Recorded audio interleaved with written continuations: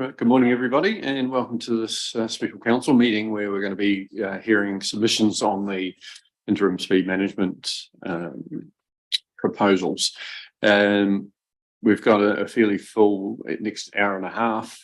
Just ask councillors to be mindful of that we need to keep the time as much as we possibly can, just to ensure that people don't end up waiting too long. So we will get into things. So first of all, just ask, do we have any apologies?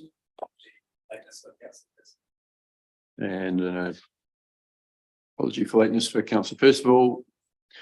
Some you move that, Councillor Holding, that we accept that, and Deputy Mayor Halaleli. Second that one. Those in favour say aye. Aye. That's against. It's carried. Any declarations of interest? None. So we'll move on to the report itself. We'll take it all as read. Won't go too much into introduction. We don't have a lot of time for that, but we've got recommendations 1 and 2. Which ask someone happy to move those. We receive the information that we've got, and also that we accept a couple of late submissions. Someone happy to move that? Councillor Linwood, Councillor Hopkins, second that. Those in favour say aye. Aye. Against? That's carried. Thank you. Okay, so on to the verbal submissions. If we have any gaps along the way, we'll go on to the non-verbals, but otherwise they'll be done when we've finished the verbals. So first of all, we've got some of the students from Oamaru Intermediate School, so a very warm welcome to all of you. And first up, we've got Indiana Harper Hand, who's going to be speaking to us. So Indiana, just when you're ready, just pop the microphone on, camera will go on to you, and then yeah, but you can just start talking.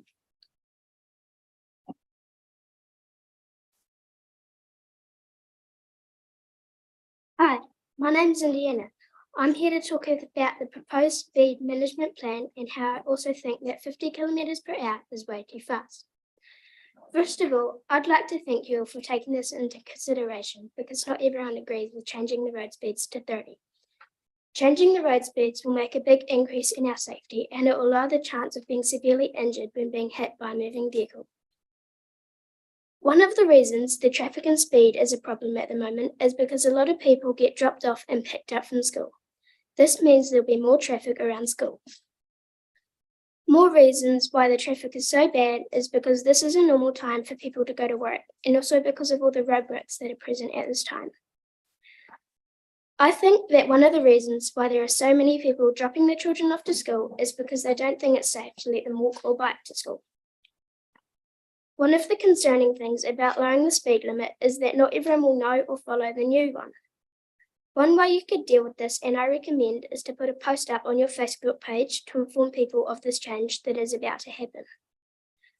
Why I think Facebook will work is because Facebook is a popular website for communication. Some ways that I recommend to slow down the speed around my school are some speed bumps or a traffic light system. Why I recommend some speed bumps is because if you go over speed bumps too fast, it can be dangerous or it could damage your car. And why I recommend a traffic light system on the intersection of Arundel Street and Pembroke Street by OES is because not as many people run a red light. Another reason a set of lights would be nice is because it would take a shorter amount of time for people to have to wait to cross the road. My class was lucky enough to have Roger McGaw and Carrie Hamilton from the council come and visit us. Roger had a map showing my school, OES, as well as Waitaki Boys and Pembroke School. All of this area was a 30 kilometre per hour zone on his map. In my opinion, I think having all of this area as 30 kilometres per hour is a good idea because 50 is way too fast around a school. But not everyone agrees with my opinion. Most people would disagree with me about changing the speeds, but I'm certain that I've made the right decision when choosing 30 kilometres per hour. This has concluded that 30 is the best speed for school zones and that you've done the right thing with taking this into consideration. Thank you, Indiana.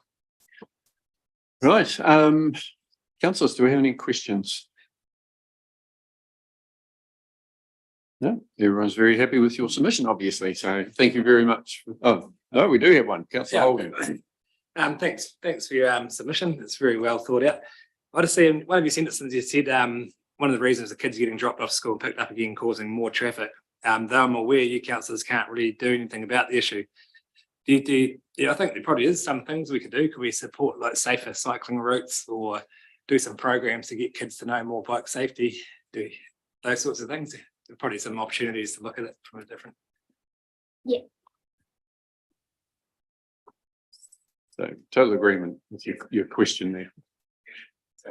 No, thanks, Indiana. Really appreciate you coming in and taking the time to, along with the other students, to write your submission and come and speak to it. Thank you. Thank you.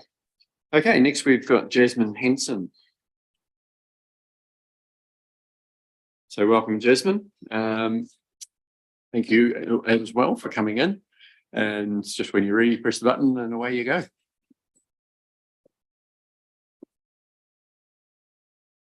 Speed can kill. You know it, I know it. Well, hopefully we all know it. Hello, my name is Jasmine and I appreciate the opportunity to share my thoughts with you today. The whole plan looks great. There's just one matter overlooked that I would like to bring your attention. Road safety around the kindergartens. Thankfully, there haven't been any accidents involving a car and a preschooler. However, the risk factors are there, so we need to take action. The first risk factor is speed.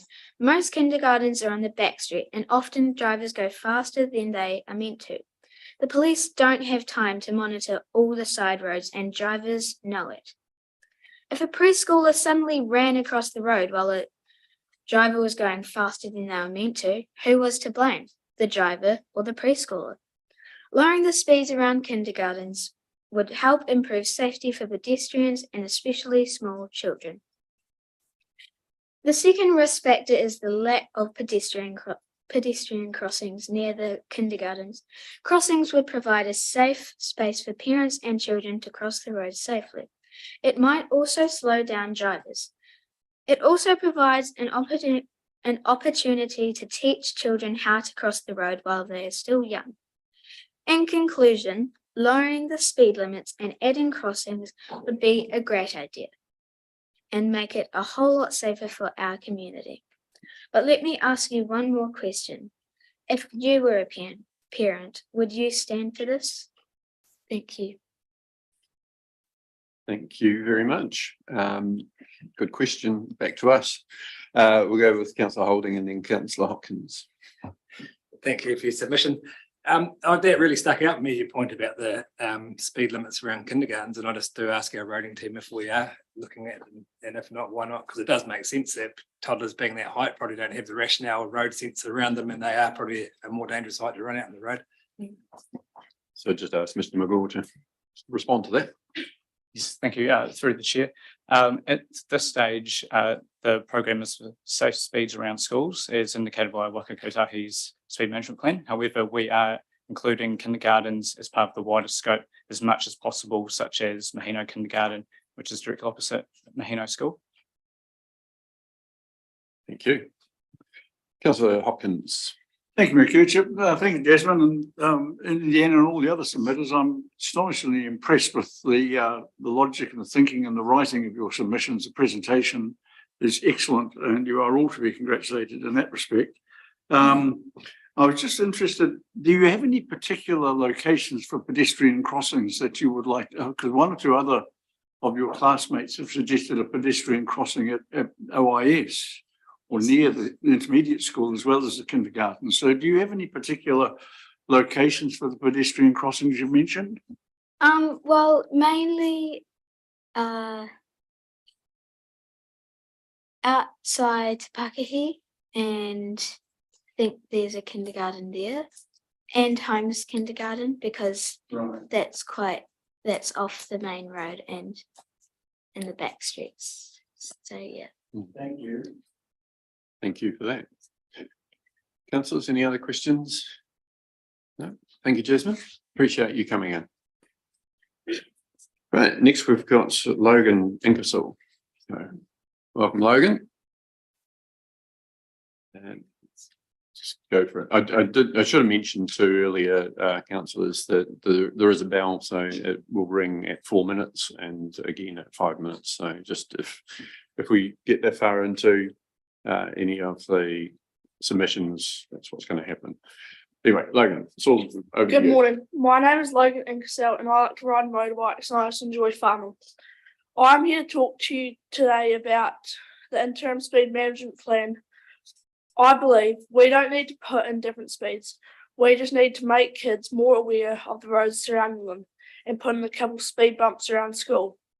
So first off, I reckon there are more accidents with the lower speeds because kids think they have enough time to cross when they actually don't. Drivers should also be more aware of their surroundings. The other option I think could benefit would be speed bumps put in necessary places around school, like outside the gates and where we cross. I noticed St. Joseph's has a speed table.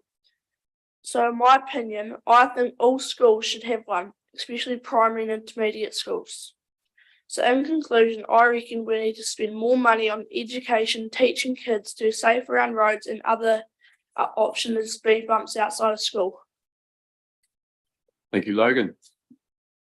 Councillors, any questions for Logan? Councillor Hopkins? Yeah, I like the originality of your thought and your independence of mind. Out of curiosity, again, where would you put the speed bumps?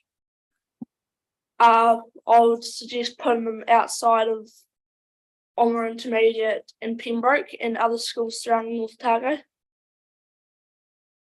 I was thinking of the road, not the road, little short road into the school, or the road at right angles where the new world is. Yeah, on the road where the new road is going across towards Pembroke School. So just to elaborate on that, so we've recently done some along Reed Street, but on the side streets. Is it that type of thing that you're looking for, just to slow people down at those corners? Yeah, it's because when we have speed tables, people have to slow down, otherwise they will damage their car. Mhm. There'll be another cost for them, which they won't want to have. Absolutely true. Okay, any other questions, councillors? No, thanks very much, Logan. Appreciate you coming in.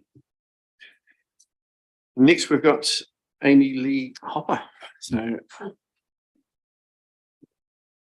welcome. And when you're ready, just push the button. Hi, my name is Amy Lee. I'm here today to talk to you about the proposed Interim Speed Management Plan. I just want to say thank you for putting this matter into consideration, because having speed limits around schools at 50 kilometres is way too fast. I do think this plan will be very helpful in the future. Last term, my class was very fortunate enough to have Roger McGaw and Kerry Hamilton come and explain what their plan is. I agree with the plan that Roger has put forward, because 50 kilometres per hour is far too fast. Traffic is insane around OAS Pembroke and Waitaki Boys High School. I especially like how they have connected Waitaki Boys with OAS and Pembroke's 30 kilometres per hour area. Now I'm going to talk briefly about my old school and the speed change it had. For quite a few years, the speed limit past the school was 80 kilometres per hour. Lots of parents complained, but nothing got done, until a few years ago when one day we were going to school and for some reason I looked at the speed limit sign and I saw that it had changed. At the time, everyone thought it was great, but I still think it's too fast past a school that has lots of different pick-up and drop-off areas. 60 kilometres per hour is still too fast, because there have been so many near misses around the school. Now let's go back to talking about OAS. I have seen so many close calls on the corner of Arundel and Pembroke Street, just because the cars are moving too fast and won't stop to let the kids cross.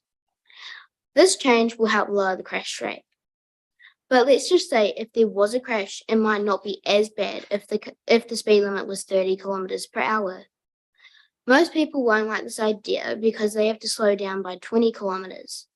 But what's better, getting into an accident and hurting someone, or speeding just because you're late for work because you slipped in? This plan will benefit my school and Pembroke School, since being so close to each other. In conclusion, having this plan will not only just save some kids' life, it will make crossing the road so much safer for us. Also, people will get used to it and it'll become the new normal around schools. Thank you.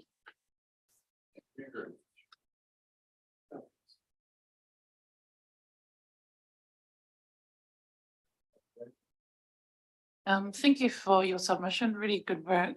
I just had a question. I used to drive past intermediate school in the morning because I live out the north end. Do the teachers still help the students cross the road? Yeah, but sometimes teachers aren't out there because and so it just like the kids have to look for themselves, but it's not always the safest time to cross. It's quite a 'Cause- busy, road, isn't it? Yeah. Thank you.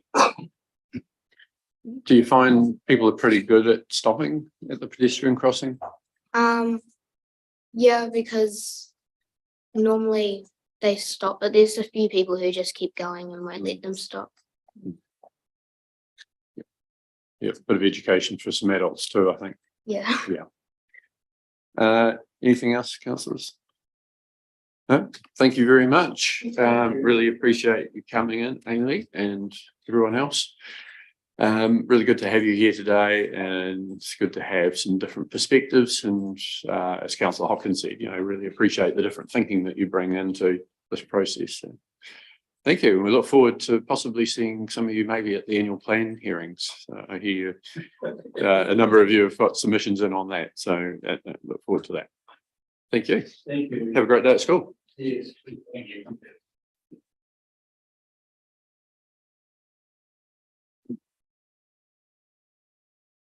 Okay, who we got next ones there? Just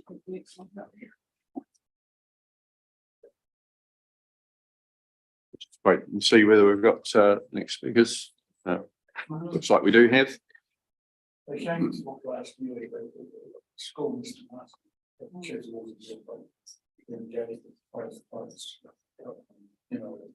Consultation. Morning, you come in and take a seat. So you're Phoebe? Yep, that's good. You know where you need to be. That's great. So we've got Phoebe Pestel, and welcome to all of the this next lot of students from Oamaru Intermediate School. Right, so you know how to work the mic. Excellent. So when you're ready, just go for it. Hello, my name is Phoebe Pestel, and as you can tell, I'm from Oamaru Intermediate School. I'm here to tell you that lowering the speed limit to 30 kilometres per hour around Arundel and Pembroke streets will prevent future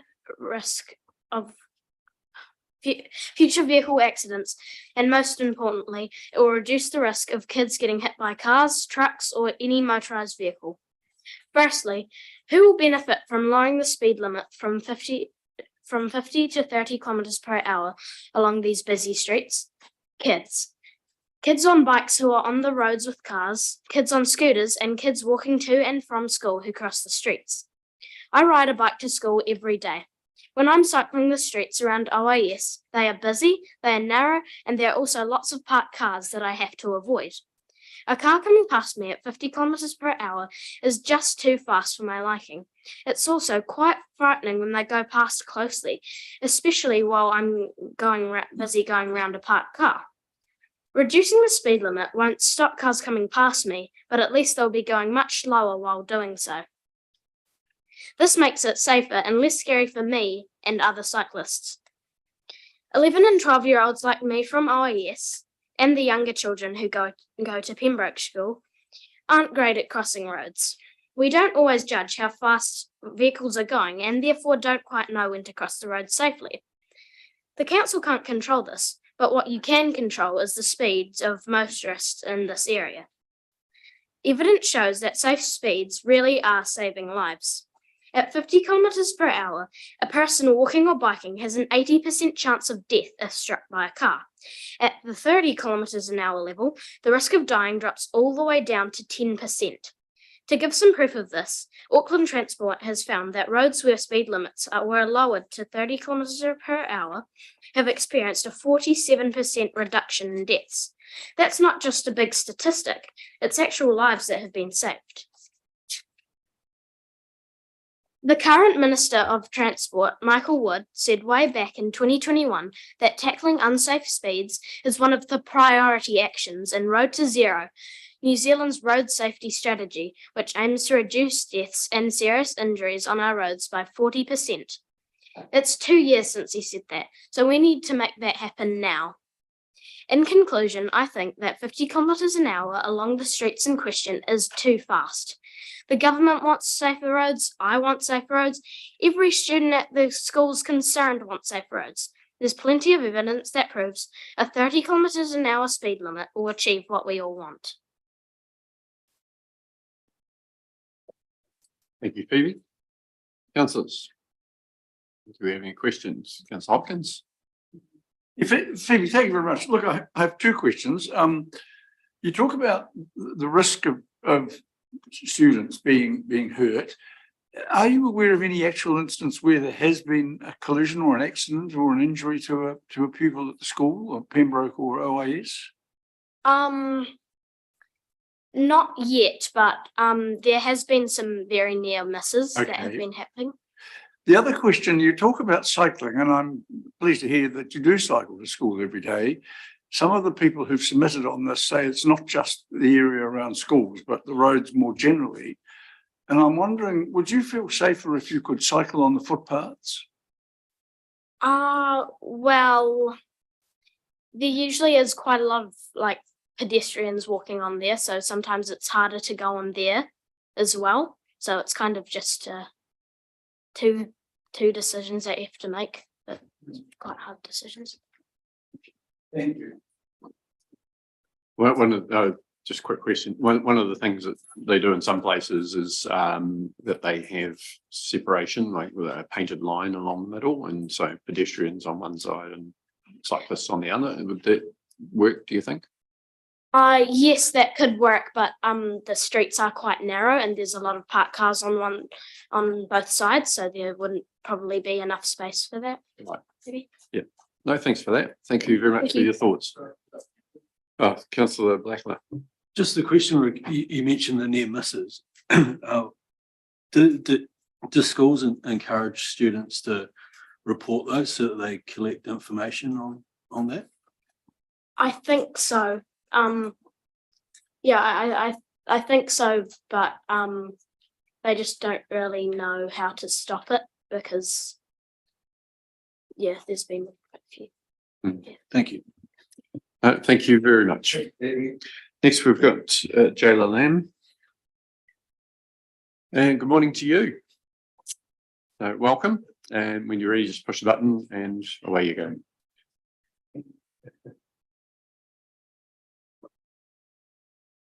Hello, my name is Jayla Lamb. As you can see, I attend Oamaru Intermediate School, and I have been notified of your choice to change the speed limits. And I thank you for giving me and my fellow pupils a chance to speak today. I agree with your choice to change the speed limits to prevent future accidents, but I am aware that some people will not. But I personally believe that these changes will benefit drivers, children, and anyone else living in the Pembroke Street area.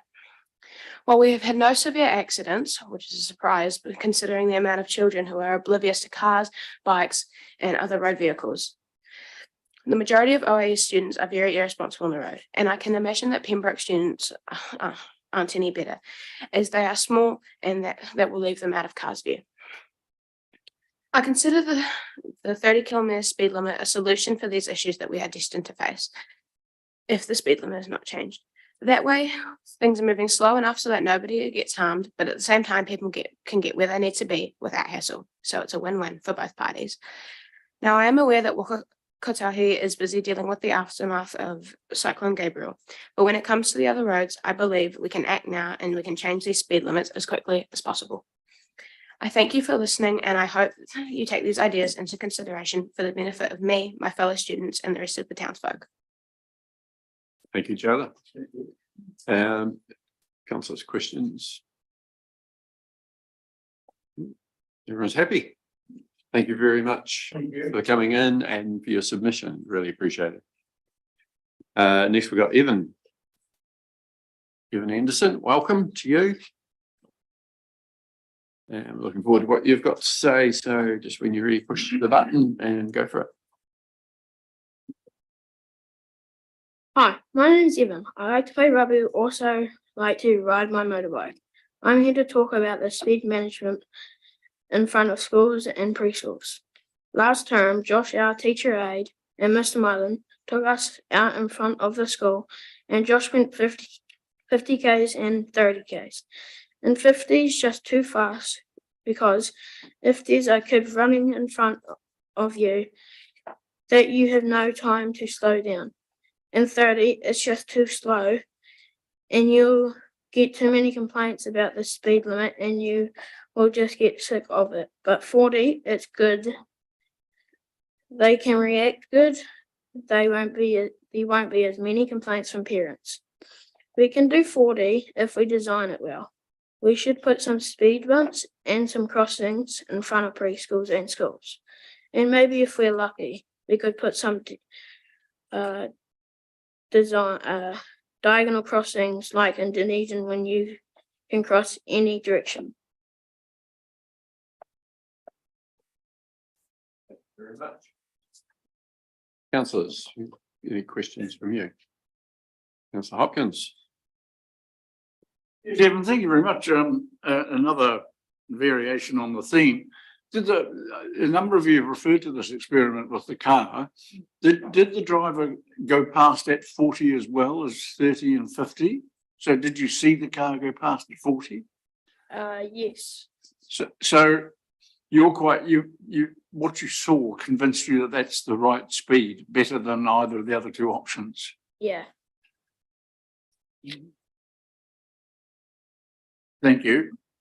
Councillor Holding. I just wonder if we ask Roger, is there a technical reason for 30 from 50 versus 40?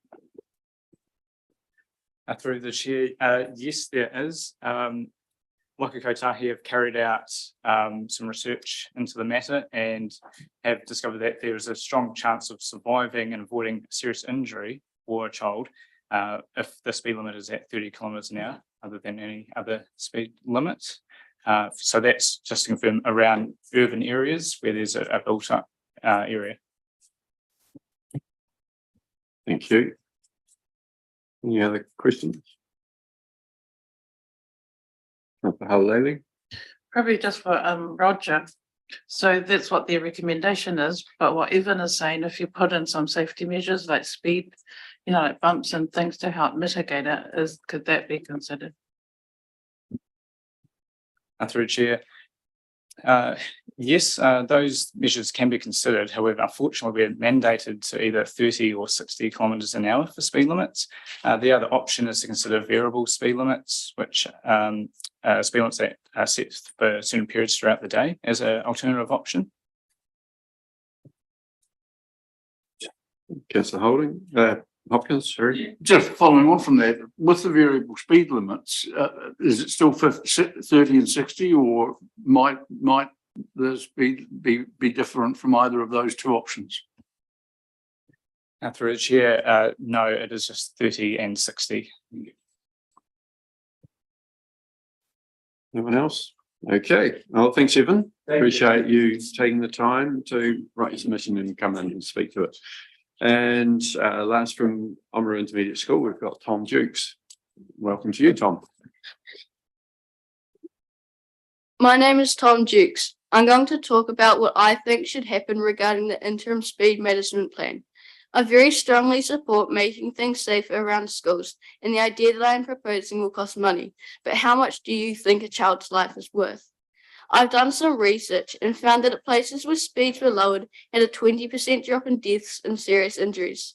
Auckland's chief executive, Shane Ellison, said that lowering speeds around Auckland reduced the amounts of deaths or serious injuries by more than 30%. I noticed that the Interim Speed Management Plan did not include kindergartens. I understand that there aren't as many kids at kindies, and also that most kids get dropped off and picked up by their parents, but accidents can still occur. Even if there was just a small speed bump outside each kindy, I'm sure that lots of people would feel a lot more comfortable. On the Waka Kotahi site, it says that a pedestrian hit by a car going at 50 kilometres per hour has a 40% chance of dying, while someone hit by a car at 30 kilometres per hour only has a 5% chance of dying. Those numbers would probably be quite notably higher with children. That's assuming that the driver is alert and not distracted by anything. Any parents dropping off their kids would probably have lots of kids jabbering away to them, which wouldn't help anything.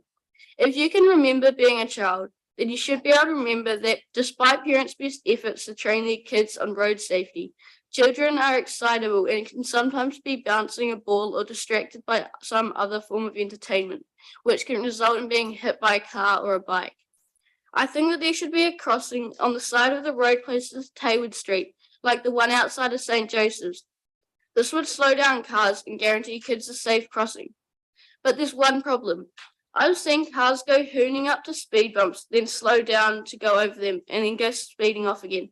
That's why I think that there should also be speed bumps on both sides of the road, on either side of the crossing. That would slow down cars. That's why I think there should also be speed bumps on both sides of the road outside of 9 Arundel Street and 17 Arundel Street. 9 Arundel Street is opposite the driveway that goes to the back of New World, and 17 is halfway between Pembroke Street and Tayward Street. That brings me to the end of my speech. There should be small speed bumps outside every school in the Waitaki district, and a crossing at schools where multiple streets intersect. Kindies should be included in the plan and guarantee kindergartners a long, happy life. Thank you, Tom. Councillor Holding. Thank you, Tom. It seems to be a bit of a recurring theme through the OS streets, especially with the crossings. I'll just ask Roger, have we ever looked at any of these treatments previously? And Through the chair, yes, we had in the past, but it was more to do around what we call curb extensions and curb crossings. Through our road safety coordinator at the time, we were discussing with the principal and teacher who would stand at the intersection to help guide students through there. But I agree that, yes, it is something that we need to look into in conjunction with speed treatments, certainly for our intermediate school. Councillor Hopkins. Thank you, Mr. Chair. Tom, thank you for your submission. You're quite emphatic talking to us today, but your written submission says that you're not agreeing or disagreeing with the change in speed limits. And you say at one stage that you think that lowering of speed limits would be completely unnecessary if there were speed bumps and crossings around the school or schools plural. Is that still your view? Yes, it is. Because crossing would make kids definitely be able to go across the road safely, and speed bumps would make the cars have to go slower.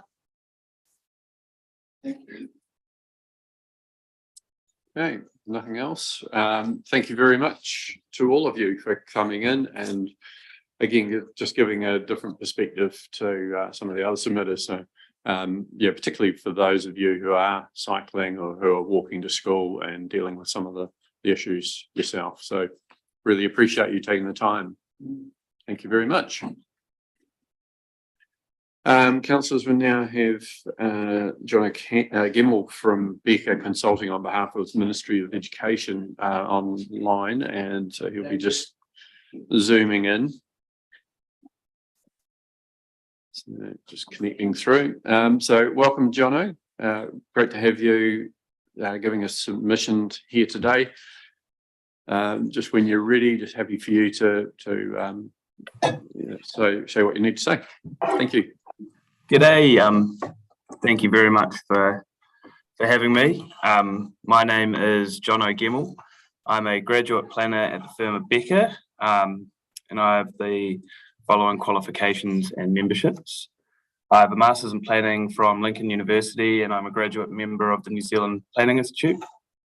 My role in Becker is I am a South Island planner working on the RMA National Monitoring Contract for the Ministry of Education. My role includes having oversight of district and regional plan changes, notifications across the South Island as they may influence the roles and responsibilities of the ministry in planning and educational facilities and communities.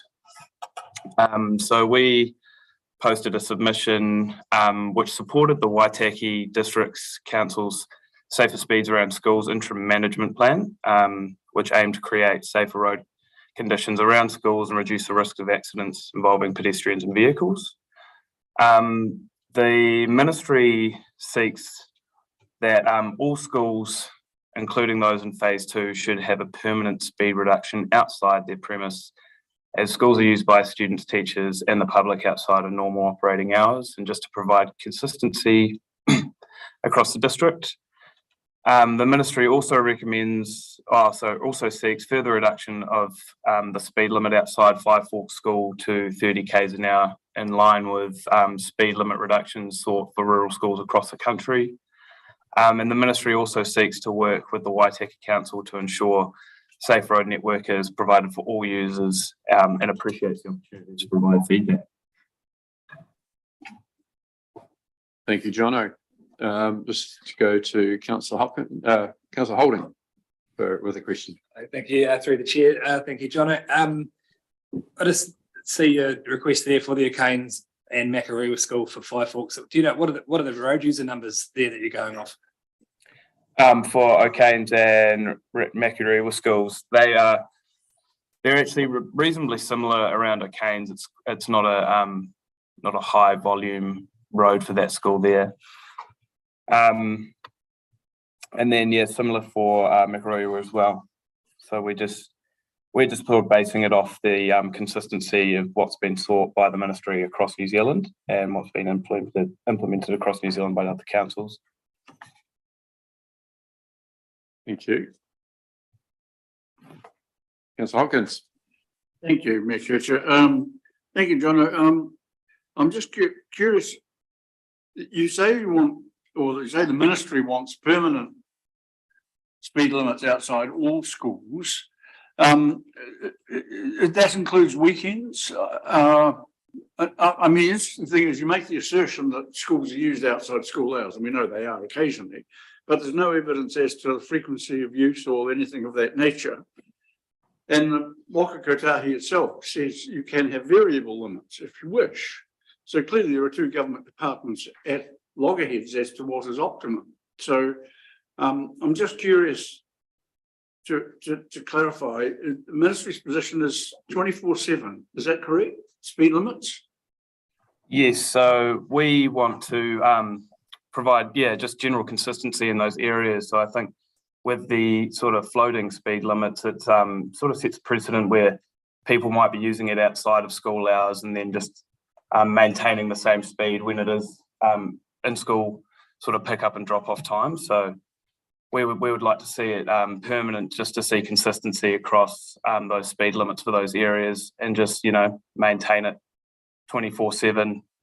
I think the ministry provides for school children and school age children, specifically in Waka Kotahi, they want to do what's convenient. So we're really just trying to provide for the safety of those school children, nothing else. Supplementary, you would acknowledge that the legislation gives us the option of going for variable speed limits. Yes, I do acknowledge that. Thank you. Councillors, do we have any other questions? Okay, no, that's good. Thank you very much, Jono. I imagine you're probably doing quite a lot of this type of stuff at the moment with changes to speed limits right across the country happening. So thank you very much for the time that you've been able to give to us. We appreciate your perspective and certainly be part of our discussion. So thank you. Awesome. Thank you very much for having me. Have a lovely day. Cheers. Do we have the next person?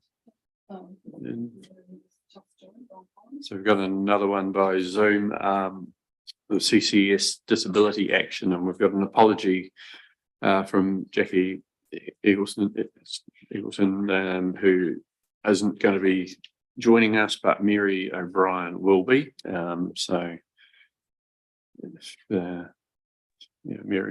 Mary's just joined us now. So welcome to you, Mary, and we've obviously read your submission. But if you want to just cover off any points or add anything to it, look forward to hearing from you. Thank you, Your Worship. Thank you for the opportunity to attend. I just have to readjust this. So you can see me. Here we go. Yeah, that's a bit better. I thank you for allowing me to attend on Zoom, and I'd also like to put in a last minute apology from Jackie Eagleton, who is unwell and unable to come. I think that you all would have read Jackie's submission as well, and that's really the key point of what ours is about, is just want you to take a moment and just imagine a world that's opposite to Jackie's world and what she described in her submission, when children and parents can safely go to school and they're safe around the schools. People who take longer time to cross the roads and things like that are safe. And they're also safe, you know, from the risk of being run over or injured or even killed by speeding cars. So safety improvements that work for disabled children and their families will work for the whole community. They'll work for all children around the schools. It'll be safer, and children will be able to, well, kids will walk and cycle to school. Perhaps families often use that shorter bit, the extra bit, you know, to drop their children off there, and they can walk, and that reduces congestion. Reducing speed around schools is a really good start. But to be really effective, the whole urban speed limit for your residential areas needs to be reduced to 30 kilometres an hour. This will create a safer walking and cycling environment for everyone. Will actually mean that a lot of children will be able to travel to school independently. There'll be safe routes for them. And the other really important thing in our current environment was it'll create mode shift. You'll get more people walking and cycling, and there are two major broad benefits of that. One's increased well-being, and the other one, of course, is reduced emissions, which is key to the well-being of the country and the planet. So we're really keen about that. So we really support the proposed changes around schools. However, we also strongly advocate the fact that you do the 30k per hour across the region. Listening to the Climate Commissioner on Radio New Zealand last week, one of the key points he had was that councils should use tools that are easy and simple and they can use now, and the speed reduction is one of them. So that's really all I have to say, because you've read it before, and thank you. Thank you, Mary. We'll see if we've got any questions for you, councillors. No, everyone's pretty happy. So thank you very much, Mary, and appreciate you zooming in. Not at all. Thank you. Goodbye, everyone. Thank you. Bye. Councillors, we've got our next two submitters coming today. So they've cancelled out. So, but we'll just quickly cover off those and make sure that yeah, we have addressed them. So has anyone got any comments to make, first of all, on Anthony Lee's submission? Okay, and then we've got Mike King. Any comments on that one? Okay, so that takes us through to Peter Mitchell's submission, and Peter is here. So welcome to you, Peter. If you just grab a seat there, and so yeah, I expect you're probably talking with some reflections on your time as chair of the board at Western School. So we're keen to hear from someone who does use a lot of rural roads and gets around rural schools, and you know, brings a perspective of from that. So anyway, welcome, and when you're ready, just push the button and away you go. Thank you for the opportunity to speak. I am Peter Mitchell, husband, father, grandfather, qualified mechanic, farmer and business owner. I've had the experience of being involved in a number of community organisations, including 8 years on the Board of Trustees at Western School, and chairman for most part of that. Safety around schools is very important.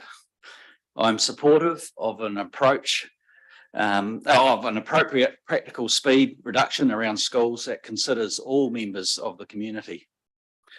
I don't support a permanent speed reduction on roads around schools similar to Airedale Road. I have lived on Airedale Road for more than 50 years.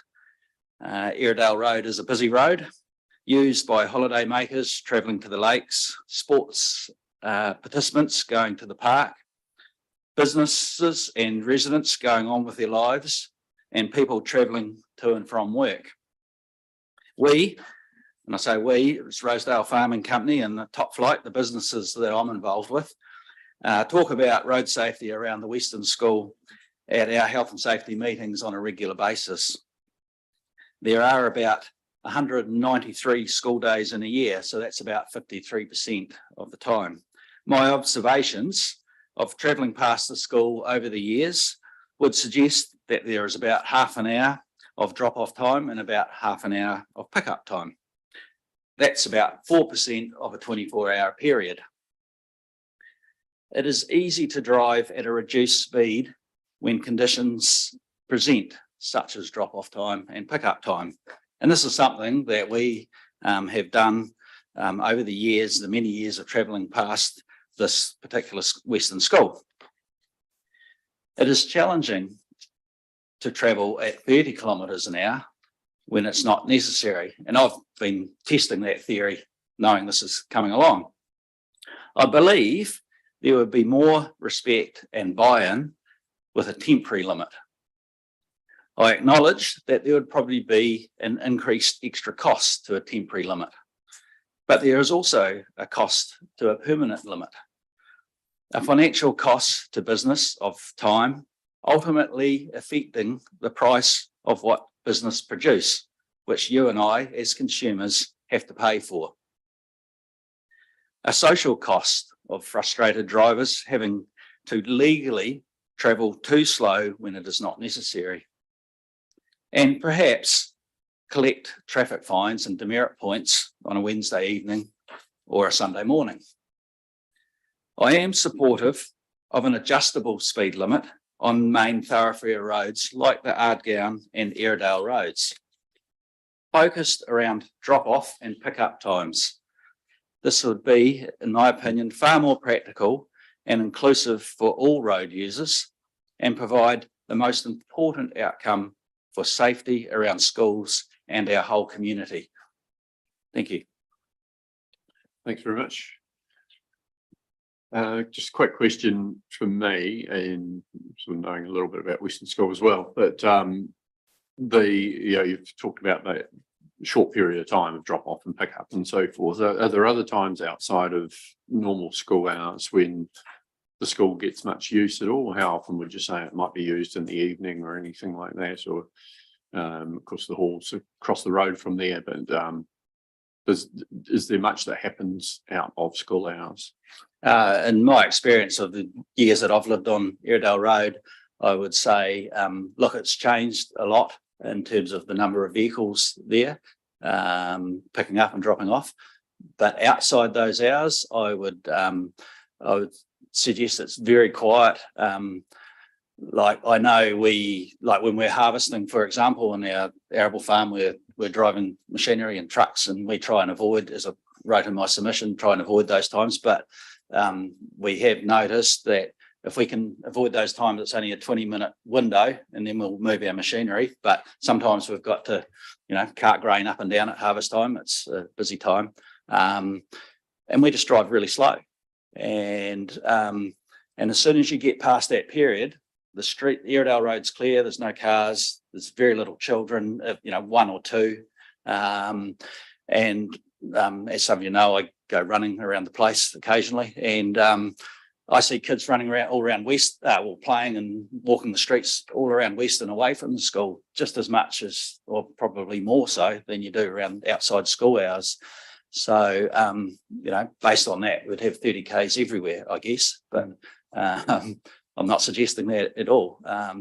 There's an old adage that we grew up on driving, and that was drive to the conditions, or change, if it changes, reduce your speed. And I think that's a very sound measure. But I also agree that having a temporary limit would help people slow down, because look, I've seen people drive far too fast past the school But to do it a 24/7 thing, I'm opposed to that for other reasons that I've outlined. Yeah, thank you very much. Councillor Hopkins. Thank you, Peter. A lot of very interesting statistics there to contemplate. I've got a question for you and one for Roger. The question for you is, you talk about the area part of Western Sports Ground between the tennis courts and the school could be developed into a pick-up and drop-off place. Could you amplify on that a wee bit? I'm just trying to get my head around what that might mean and how it might be implemented. Okay, so I think we've always got to look at alternatives. Speed is only one measure in safety of in and around schools. So I think let's take the blinkers off and look outside. So if Airedale Road or any road in the district has those has problems of congestion because of the narrowness of the road or whatever, then maybe there's an alternative. And I've just thought of that one, and whether it's possible or not, I got no idea. But it takes all that children pick up, drop off away from a road and puts it in a place where there's more safety, and so it might be worth exploring. That's my rationale there. Thank you. If I may, a question, Roger, just looking, if we were to adopt variable limits, how would we do that? Would it require electronic signage of the sort of the type that you see something going through the Navy advising you of your speed? I mean, how would we actually manage that? And in terms of infrastructure? Through the chair, yes, I have made some inquiries with Science Applies to just see how the system works. So variable speed limits must be the electronic LED type on the main road, and then the side roads can have static signs that just have the times displayed on there. And they are managed by a central management system that council would control. And we can adjust those times. We'll talk to the schools and we can adjust those times to suit. Thank you. So I guess supplementary to that, so there's not an ability for the school to manage that by having a fold up sign and that they open up when it's needed. Through the chair, no, it's just the electronic sign. Although the option could also be that the school has an override for that, but there'll be a decision, an operational decision for us to make. Okay, Councillor Holden. So could this north and south Airedale Road, so north heading south, the entry that way. Can you remember the speed limits, the original speed limits coming from both ways? Is it 70? 50 through Western and 80 after Western and then 60 further down, and I think from memory, yeah. It sounds similar to Argown Road, but it's in the phase one. Is there a reason that phase one that differentiates it? Through the chair, yes, the reason we split our 22 schools into phase one and phase two was the phase one schools were selected as they had existing roadside environments that were supportive of a permanent 30-kilometre speed limit. Now, I acknowledge that Airedale Road itself may not be, but Charles Street and certain section of Main Street may be. I was just going to add that although we are proposing permanent speed limits for Western School, there's no reason we can't also resort in the full speed management plan later on to a variable if that's suited, because what we plan to do is implement this and monitor compliance and get feedback from the school and parents to see how well it's going. Thank you. Councillor Hopkins again. Well, sorry, just a supplementary on that, Roger. You may have recommended a permanent limit, but if submitters argue cogently for a variable one now, then we as councillors can opt to take that option in the first instance before moving to the permanent one, can we not? Through the chair, the interim speed management plan is still in draft up to this point. So if you wanted to make a decision to change it to a variable, we would then have to move it to a phase two school for the full speed management plan. Thank you. We'll go to the esteemed member for Dunback, Councillor Thompson.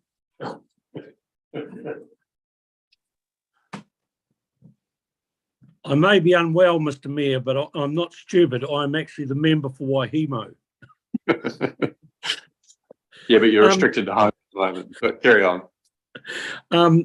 Through you, Mr. Chair, to Roger, do we actually have a costing of the electronic systems? I presume we must have an approximation of what they would cost.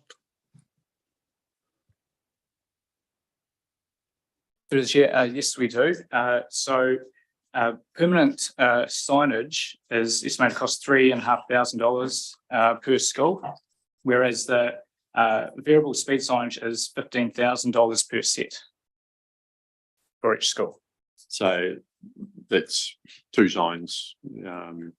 So if you've got a four-way intersection, it might be more difficult than that. Potentially. Yeah, more expensive at least. Okay, thank you for that. Right, councillors, any other questions for Mr. Mitchell? No? Thanks very much, Peter. Really appreciate you coming in and yeah, sharing that your knowledge of some of those rural roads in particular. Thank you, everybody. Right, councillors, we'll go on to the non-verbals and we'll rattle through as much of those as we can in the next 20 minutes. So really this is an opportunity for you to make comment on any of the submissions as we go through them. Is there anything of particular interest or note that you want to comment on or make sure that we are aware of? So let's get another list for those. So we'll start with Samuel Dawley's one.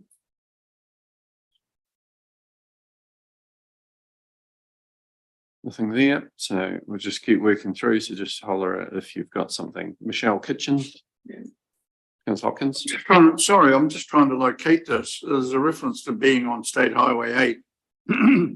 We need maximum exposure with flashing lights, but sorry, because the address is blanked out, the school's not identified. Do you know what school is mentioned here? Through chair, yes, this is Amarama School. Oh. Okay, thank you. And then Tangiwai's submission, number 3.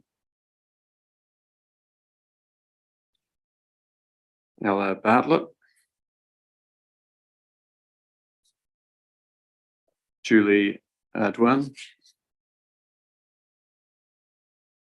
Alison Ingram. Sue Allen.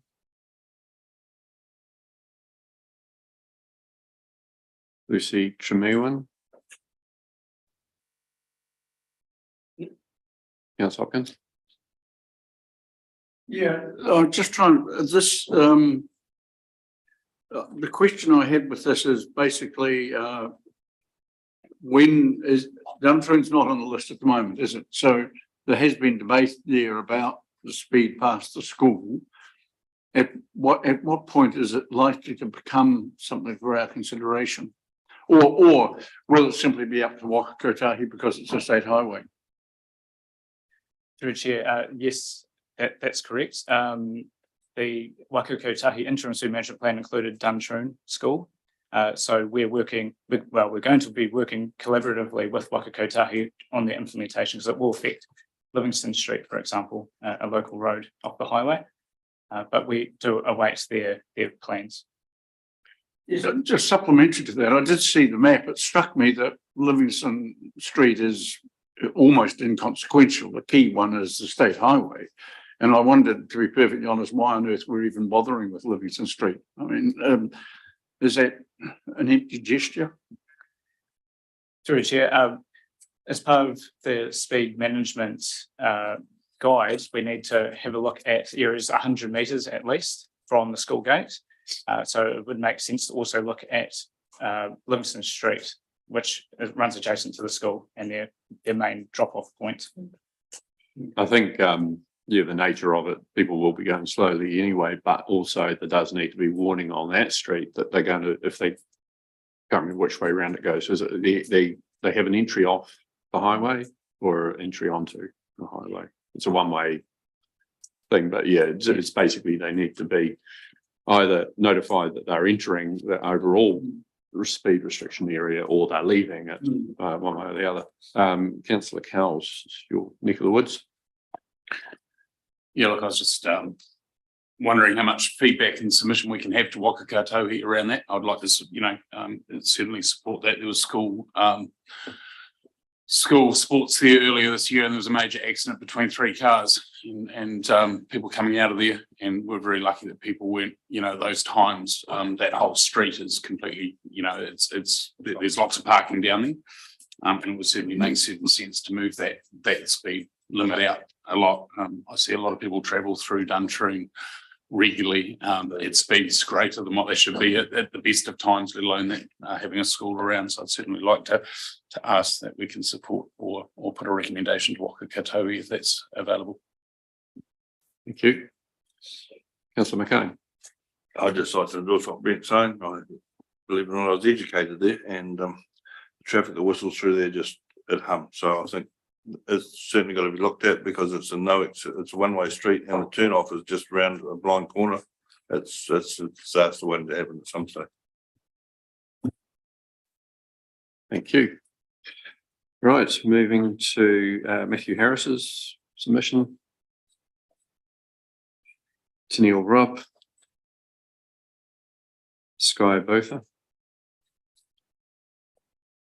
Wendy King. Oh, sorry, Gary.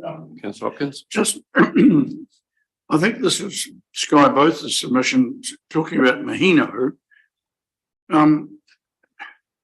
There's references to multiple occasions when more than one school bus has had to stop, cause any traffic to stop on the side of the main road. All this reduces the vision of what children can see. There's no safe place. I'd love to see reduced speed on this section for certain hours of the day. What, if any, evidence do we have of incidents or accidents there?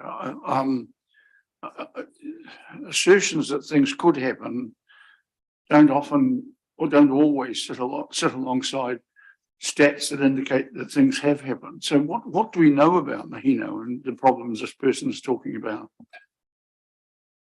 Through the chair, I don't have crash data on hand for that particular school, but I can find out. Yeah, I can come back to you on that. So this is another one where we're talking about the highway part of it, I guess, not the side street where the school's on, which we will be looking after. So, yeah, is it a case of talking, or at least passing this one on to Waka Kotahi?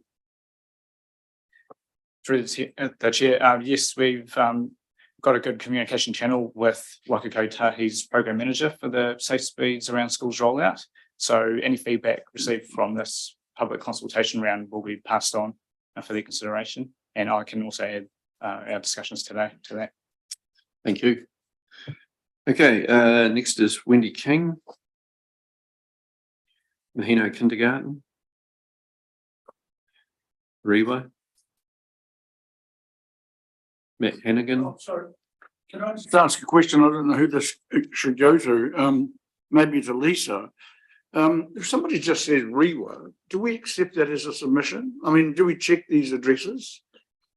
Is it possible? I mean, is it possible for these things to be manipulated if we're not double checking, you know, the details about somebody who makes a submission? That's a question I can't answer, but I see obviously postal address and email and phone number are provided as well, although redacted out for these purposes. So I can check with Mandy on that, but I imagine those details, you know, the fuller detail there would suffice. I've had a general discussion just on what should be blanked out and so on. And you know, one of the things that we should have the ability is if we see something where we actually want to talk to the person directly, that we're able to ring them up. But yeah, Mandy's in this case it was too late for that. But for the annual plan, there will be a separate list that we have of the submitters with their address and phone number, because the address is more pertinent when people are commenting about a particular area, and it's like, do they live in that area or elsewhere? And but also having their phone number for contact. So yeah, just looking at how we protect privacy, but also make sure that we've got what we need to help us make our decisions. Next we got number 15, Matt Hannigan. And then Violet Downing. Zenton Josephs. Well, Number 17. I just will note, just in case for the viewers, that most of the previous proposals here been in agreement with, and then this one is the first one against. Thank you. In number 19, Debbie Ward. Ruth Grundy. Chris Yanton. Sorry. Councillor Hopkins. Yes. This person raises an interesting point, saying that the new speed limit cannot conflict with the 20 kph speed limit that is currently in place while passing a school bus in either direction, while the bus is picking up or dropping off passengers. But I would have thought that rule, given that we're talking about a school bus when it's stationary, means that the 20 kph limit is very intermittent and brief. And presumably, whatever speed limit we have as a generality would stay in place as, I mean, at the moment it's 50 kph. So you drive back, but you still have to slow down for the school. So the current situation is that there are two different rules. That if we introduce new speed limits, wouldn't it be just the same, except that it would be a different limit? It depends on whether there's a bus there, doesn't it, Roger? Yeah. Through the chair, yes. Now, a simple solution would be to just park a bus there, wouldn't it? But we're dealing with two different pieces of legislation. So the setting of speed limits rule is for posted and variable speed limits, whereas the road user rule, I believe, defines the requirement for a 20 k's past a stationary school bus when it's loading and unloading. But they won't conflict with each other because 20 k's past a stationary school bus would still apply. Yeah. It's a toss up between what's cheaper, the $15,000 variable signs or just an old bus that you can put a school sign on. The point I'm trying to make is we have two different speed limits now. There's a different, let's say you're driving at 50k, you still have to slow down to 20k when there's stationary school buses loading or unloading passengers. So if we change the speed limit from 50 to 30, it would still essentially be the same. There would be the requirement to modify and adjust in front of it when passing a stationary bus. Yes. Okay, number 22, Michelle Kitchen. So the same person, I assume, as number 2 submission, but Councillor Cowles. Yeah, again, I think this one's very similar to Duntree. I think it's about where the speed limits enter. And I'd like to, it's been brought up numerous times through the community board over the number of years. And it's been an ongoing type of issue. And I think, we're certainly seeing more traffic in all of these smaller towns and more people passing through. So I'd like to also support that through your submission to Waka Katoa that we consider that, please. Councillor McCone. Just as an aside to that, and you notice it was said earlier that 3,500 to one lot of signage and 15,000 for the other lot. Do we get funding from Waka Katoa as far as state highways go, as far as that's concerned? And is it their or our responsibility for that signage is the first part of that question. And secondly, if you go down the Ida Valley and you go past the Paul Byrne School, they have that electronic sign there, signage which kicks in on school hours. So while the school's in operation, it works. When it's not, it doesn't. So do we have a process or a sort of system like that? Through the chair, to answer your first question, any signage on the state highway would be Waka Kotahi's responsibility. So they would make a decision whether or not a variable or a permanent would be appropriate for that school.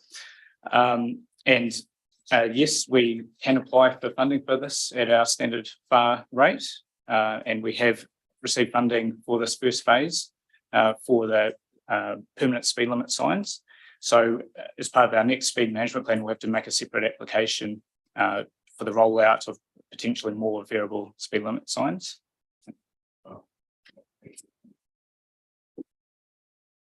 Okay, next we've got number 23, Brenda Reading. 24 is Kimberly Richards. Damien McNamara. Oh, sorry, Gary. May I just ask a question about Brenda's 23. Yeah, there's a reference there to having a large area of the road available for parking and car bus pickup. This needs to be used for a safer travel option. Is that something we have looked at in conjunction with the speed limit management issue? Because it's quite persuasive, that suggestion. Through the chair, yes, we have met and spoken with the principal of Five Forks School. As you're aware, that is a Category 2 school, so the proposal is to have a 60km/h speed limit there. The reason being that it's in a unique situation where there are no pedestrians to the school, limited cyclists, and most of the children are either dropped off or going on the school bus. They have a very wide setback from the road within their property, which allows for various movements. In our opinion, it could be more optimised, and that's a discussion we will need to have with the school as part of the rollout of safe speeds around schools. Did you get any feedback from them on the? We heard the ministry say that they wanted 5 Forks down to 30, and we were also told by the ministry that there were no objections. Has the matter been discussed by us with Five Forks School? Other than the discussion that I'd mentioned, we did carry out some pre-consultation with all schools and presented a letter with a plan. There were no objections from the school, and they also chose not to submit this time around. Councillor Cowles. Roger, I was just wondering on that point around other schools. I do notice in more urban areas, Christchurch and the likes, a lot of the schools themselves have pick up and drop off zones built into the schools or outside there. Has that been something that we've considered as well for perhaps some of the busier schools? Through the chair, yes, we have in the last 10 years or so. Some examples being Argyle School. We have utilised some otherwise disused road reserve space outside and carried out a drop and drive zone. It does require the school to be invested in that as well. So to provide teachers and any children who wish to be wardens, for example, and encourage parents as well to use the drop and drive zone. Another example is outside St Joseph's School on Usk Street. There's also a drop and drive zone there. Yes, then Phoenix School even earlier was one we assisted with. So yeah, it definitely helps and just creates a safer space for those drop-offs and pickups. Right, moving to number 25, Damien McNamara. Councillor Linwood. Thanks. I see in that Damien's submission, he pointed out the need for yellow lines around schools. Is this something that we can look at doing, particularly around intersections? Through the chair, yes, that is something we can look at, particularly around intersections. When it comes to restricting parking along mid-block outside residents, we're going to have to talk to the residents and ensure that they're happy with the proposal before we go any further. It will impact their ability, of course, to park outside their homes. So careful consideration will be required. Councillor Holding. Just in regards to the statement made about the undocumented crashes at the listed intersections, is anyone aware of any data where that could be coming from, or factual or false? Councillor Blackfly. I don't have an answer to that, but around the same topic, that was why I asked the question earlier to, I think it was Phoebe, about her mention of the near misses, and that's the issue, is actually because we don't seem to have any documentation of near misses. We can't kind of put our handle on the potential for what the true risk is. Okay. Number 26, Fiona Cooper. Jimmy Courtney. Councillor Ryan. There's been quite a few mentions of vehicles not adhering to the current speed limits. Have we done any monitoring of, I guess, speed limits or speeding around the schools at the current limits? Through the chair, we do carry out regular traffic counts, which gather speed data. We don't have all the schools with most recent data available. However, what we plan to do is, following implementation, is to carry out at least a year's worth of monitoring to ensure compliance. And if there are issues, that will identify to us whether or not we have to install treatments such as speed humps, or contact the police and ask for more visible enforcement or other strategies. Councillor Cowles. Rebecca, just in response to that as well, I do know that through Kurea, Duntroon and up around Omarama, particularly on the state highway ones, the local police have conducted quite a number of, I've even sat on the school buses with the radar.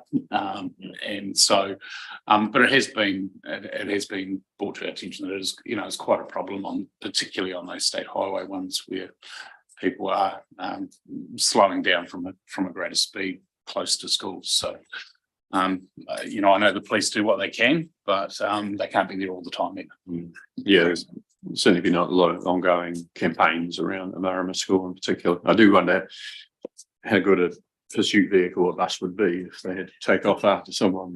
We won't go to that one. Councillor Hopkins. Mr. Courtney talks about trucks parking in front of the school when Linda's Pass is closed. Do we have evidence of this, and could we actually create a bus only car? Could we delineate a parking space, which then might enable us to prosecute or move on vehicles that don't apply? Through the chair, this is feedback that we can pass on to Waka Kotahi for consideration. Okay, we've just gone past 10:30. We were going to have a break. Thought we might bulldoze through the whole lot, but I think we're going to have too much to discuss once we do get through the last of the non-verbal. So we will take a break and back at 10:45. So thank you very much.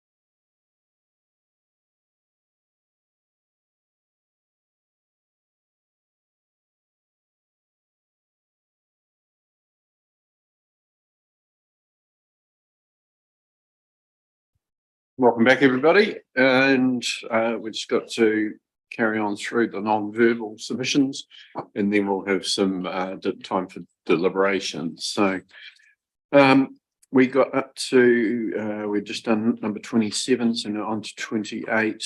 Stephanie Peters. Any comments on that? Scott Milne.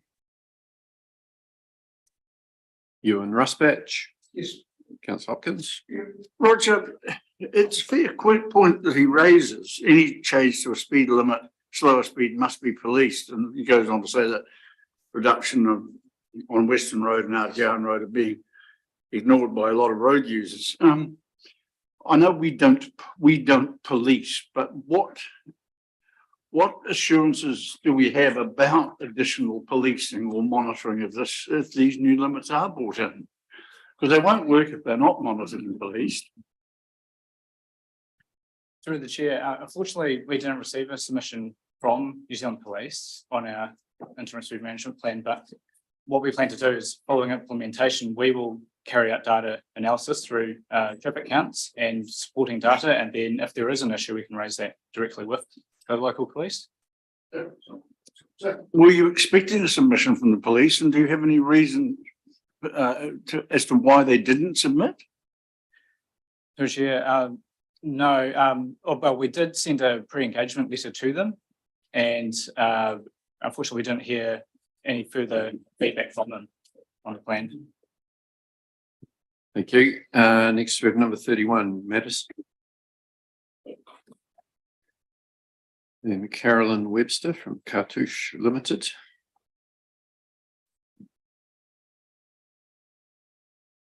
A duplicate submission from Lindsay Purvis. Jane Keeling. Ministry of Transport. Councillor Hopkins. Perhaps it's as much a comment as a question. But the ministry says we're talking about injuries like traumatic brain injuries, spinal cord injuries, amputations. For this to occur to a school-aged child is particularly tragic, and we must do all that we can to prevent this level of harm. One of the things that's frustrated me about these assertions of injury and risk throughout the submissions is that there's no statistics to support them. And do we know, are we aware of any school pupils here, or indeed do we have any information nationally about the number of school pupils who have suffered brain or spinal injuries or amputations? Through the chair, yes, we have received information. So I understand that TVNZ put in an Official Information Act request to Waka Kotahi, and the data that was provided to them was between the 2014 and 2019 period, 5-year period, there were 193 children injured from crashes within 100 metres from school entrance. Thank you. Nationwide. What was the makeup of the rural and urban split, and was it predominantly in major centres? Through the chair, that level of detail wasn't provided. It was just the numbers for that period. Deputy Mayor Haley and then Councillor McCone. I guess just a comment from me. We're talking about preventative, like kind of measures in terms of mitigating any kind of risk. And we shouldn't need to wait for a child to die, like before we say yes or no to a certain type of measure. So I guess just in totality, just keep it all in balance. Like these are school children that we're talking about. While, like we might have some statistics which you've shared this morning, Roger, we just have to be quite realistic in terms of what we're trying to achieve. It's really to help prevent kind of accidents, and we don't wait for them to happen. Councillor McCone. Just to carry on from what Hannah said, yeah, the submission and everybody's life, including children's, is very important for whichever way you want to look at it. This wording in this submission, it's quite dramatic as opposed to and emotional as opposed to factual.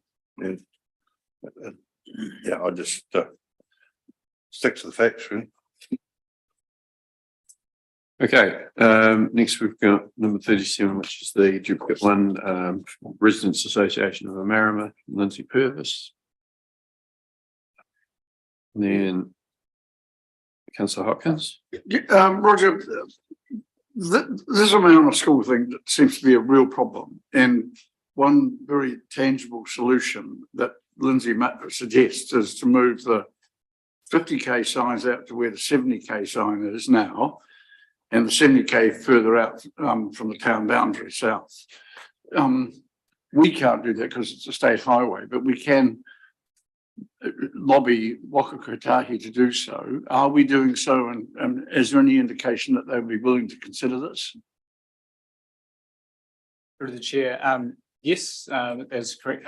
Through the interim speed management plan, we have provided submissions, and the speed limits through Amarama, Otamatata and Duntroon, as discussed earlier, are long-standing issues, and we, at any opportunity, we remind Waka Kotahi of our concerns and request to revise the speed limits through there. So we can do that again through this process. Yeah, and number 38, Lucy Ann White. Aidan Mulligan. Logan Johnston. Andrea Busu.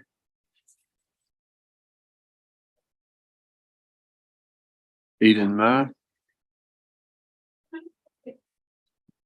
Councillor Linwood. In Eden's submission, he does point out why is it 60 for one and 30 for another. Can you just explain to me again why that is? Yes, through the chair. So in the Safe Speeds Around Schools program, we have category 1 schools, which are those that have a 30k speed limit, and we have category 2, which are those by exception have a 60k speed limit. So Five Forks School we're proposing to be category 2 due to their unique location. So there are no pedestrians to school.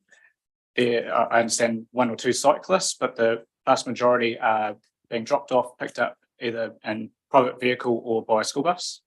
And we have also engaged pre-consultation with the school with that proposal, and they are supportive of it. Councillor Hopkins. Yeah, Roger, Eden Ma also makes the point that having permanent speed restrictions will only cause driver angst, and goes on to say this happened in Tasmania, where police would sit in the school zones at a weekend and book drivers speeding. Do we have any evidence of issues like that elsewhere that might be important here if we did go for permanent speed limits outside school, around schools? Through the chair, the reason we've split our schools into phase 1 and phase 2 is because the phase 1 schools we've identified surrounding road environment supportive of 30k permanent speed limits. So we envisage that we'll achieve good driver compliance in those areas. The phase 2 schools will need more consideration around variable speed limits and other speed humps and traffic calming options. So what we want to do is make sure that we can cover as many schools as possible, as early as possible through phase 1, and then with phase 2, now future speed management plan, we can roll out progressively those treatments. Councillor Kells. Roger, with Five Forks, has the speed limit already been reduced to 60 kilometres an hour there? And if it has, you know, are we seeing any anecdotal feedback? I'm pretty sure that's already been a change in recent times. Through the chair, yes. So in 2019/2020, we last carried a speed limit review, and in anticipation of the Safe Speeds Around Schools program, we reduced the speed limit outside of Five Forks to 60 kilometres an hour. We did a traffic count check beforehand and after. Prior to the changes, as expected, 100 k's, well, 80 to 100 k's an hour. Following this installation, we're pleased to see that the majority of vehicles are travelling at 60 kilometres an hour through there. So there was another reason why we thought 60 as a category 2 school is appropriate for that location, because we get good driver compliance. We could try again at a 30k speed limit option, but you know, we may have to look at other options like speed humps and that, which may not be appropriate for the area.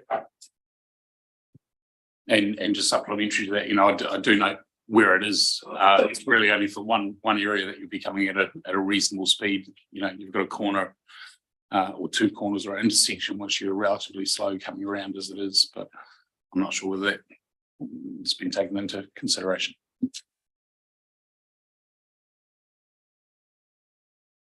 Okay. Right, next is number 44, Robin Douglas. Then Roy Johnson from Wakakotahi. Councillor Hopkins. Yep, Roger, two questions on this one. The first is he talks about please ensure that the speed limits intersecting with the highway extend all the way to the highway road reserve. I'm just trying to work what if we take, for example, OIS as an example. Does that mean that whatever speed limit we impose would go all the way to the New World Highway corner? And have you considered this in terms of, because elsewhere you say 30 to 50 meters is the appropriate distance? Through the chair. Yes, so Wakakotahi's interim speed management plan do not contain all the detail that would have been useful to determine that. So in my conversations with Wakakotahi, I drafted a plan for around Oamaru Intermediate School, and that's what I presented to the students when I visited them. And I confirmed with Roy that that is more than that is likely to be the case. So the 100 meters, 50 or 100 meters I mentioned earlier is the minimum length. So it can extend fully to the highway because the highways are proposing a 30k variable on Thames Highway. So it would need to extend that far. Yeah. My other question is, am I correct in assuming, looking at the dates in this, that the Wakakotahi submission was drafted and presented before the government changed the speed policy and said they were only going to focus on speed reductions in high accident areas of State Highway 1? Through the chair, yes, they went up for consultation in December of 2022. However, the new directive for just 1% of the high risk roads also includes safe speeds around schools, so that program's unaffected in their plan. Councillor Cowles. More to question 5 on here, you know, do we have any comments around it? Wakakotahi is supportive of speed limits being reduced to the safe and appropriate speed across the network. I think that this is probably a really a good opportunistic time for us to be able to be relatively firm about some of these ongoing desires that we've had through Duntroon and some of our smaller areas, particularly, you know, I mean, I know I've spoken with Roy on numerous occasions about Utamatata and Omarama. They've signalled that they're willing to look at these, and I think this might be a really good time. So I just ask that we're relatively strong in our opinion around that, and hopefully this is a really good opportunity for us to gather some ground. Thank you. And Deputy Mayor Halalele. Probably a couple of questions. We talked about the road around OAS. Does it include all the way down to Pembroke, Casanova? Through the chair, yes. So Wakakotahi are proposing Oamaru North School cluster. So that would extend from Waitaki Boys High School down to Pembroke Primary. So roughly that is Farnham Street to Waitaki Ave. And the side roads to the west to these schools, and inclusive of Pembroke School, would be included. Interesting. Okay, next one is number 46, Phil Martin from Oamaru Intermediate School. And I just want to pay tribute to Phil for he's led the charge on getting submissions from the students and done some really good work and working with our team to make sure that that young voice is heard, and he's just done a brilliant job trying to fit it in, and just they managed to get these ones done, and then they're working on the annual plan. Yeah, very engaged and really great to have that. Councillor Blackler. Thanks, Mayor Kircher. I'd also like to echo that. It's really good that that's been put together. I just had a question under question 5, the last paragraph, there's a couple of issues that Philip highlights around, and it's kind of along the lines of Mary O'Brien's submission as well, around shifts in mode. Are there current initiatives that we have in place to work towards that goal, Roger? Through the chair, initiatives through our road safety coordinators, walking to schools programs and the like would assist with that. Also, like to say, our transport choices program is in the design phase at the moment, but that will be implementing a shared path along Thames Highway, which will help provide a safer walking and cycling routes to school. So there's a few things in the works that, when all put together, will achieve we're confident, a really safe outcome for the students, particularly to Oamaru Intermediate School. Thank you. Yeah, just quickly following on from that, your team have done some good work in terms of surveying the community. And then also just noting there's probably about 600 kids that are congesting, like with the Casanova Kindergarten, Pembroke School, Oamaru Intermediate School, just in that 1 kilometre radius area alone. So I guess I'm just kind of supportive of what the kids have proposed today, and just the information that is coming through. They're seeing it every day. So I think it is a priority. Okay. Next is Catherine Fontaine. Charlie McKenzie, who's done the submission in number 55. It's duplicate. Number 54, Blake Emerson. Yes. Councillor Hopkins. Roger, just some thoughts about this, because a number of the pupils at the school said, take Waitaki boys out of the equation, because they said there were speed bumps and other issues that meant it could be treated separately. Is that a view you share, and could we do that?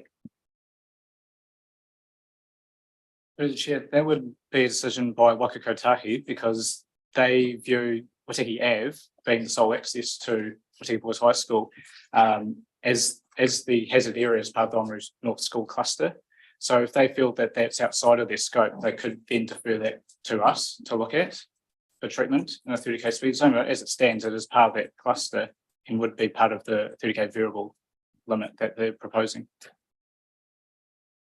No, just to clarify, what you're saying is we could do that. We could have a separate set of rules or remedies in Anzac Avenue, and then have a cogent and coherent set of responses that would incorporate OIS, Pembroke, and maybe one of the kindergartens in that location. Which avenue is that? Waitaki. Are you talking about the Waitaki Avenue? Yeah, sorry, yes, forgive me, sorry. Yes, through the chair. So our collaboration with Waka Kotahi for the rollout of that Oamaru North School cluster, we can raise that with them around how, as well, this feedback is good to have at this early stage, so we can discuss it with them. And if there's options to separate Waitaki Boys High School from the Oamaru North School cluster, well, that's something we can look into. Sorry, just the way you're answering this, it sounds as though what you're saying is this is Waka Kotahi's plan and we've been told to implement it. And we can ask them for permission to change it. But surely this is our plan. Surely these are our streets, and surely we can say what we will do on them. Through the chair, yes, it's correct. This is our plan. Although Waka Kotahi is a road controlling authority, we need to work collaboratively with them as well. I think, we'll get into the deliberations a bit more into detail about what we can and can't change, because clearly, a lot of people are taking time to submit on this, and, with the expectation that there is ability to make genuine change. And so that's something that, as much as Waka Kotahi will set guidelines and various things and possibly, are running the government program around this project and others, we should still have some sovereignty over what we do within our own roads and what we take on board from our people. So it's really a case of, we'll get into that discussion once we get through these last submissions and we find out what are the bits and pieces that we might want to change because of the submissions, and yeah, what are we able to do? So we will get onto that very soon. So go now to number 55 is a duplicate. Number 56, Liam Rowell. Number 60, Piper Flanagan. Baden Fox. Max Sinclair. And submission from Break the Road Safety Charity. Number 65, Bella Ticini. Yvonne Gray. Number 68, Boston Cathcart. Sorry, just Councillor Blackler. just back to the break submission and the number 63. The questions, Councillor Hopkins, about 40 versus 30. Does that help answer our answer the difference there in your mind? Sorry, just for clarity, that's on page 118. There's a diagram there.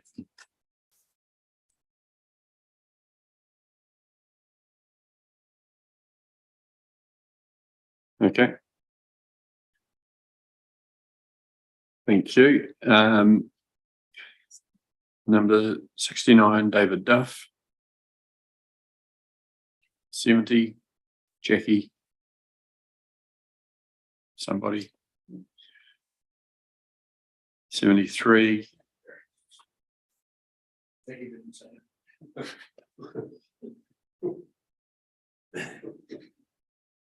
Okay, 73, Debbie Price Ewan, one of the late submissions. Sorry, yeah, can we just go back to the Te Whatu Ora submission? Again, perhaps that's number 76. It's a comment as much as a question, but the assertion on the first page, overall reduced speed limits not only reduce injuries and deaths, but they would also encourage active transport and reduce emissions and traffic noise.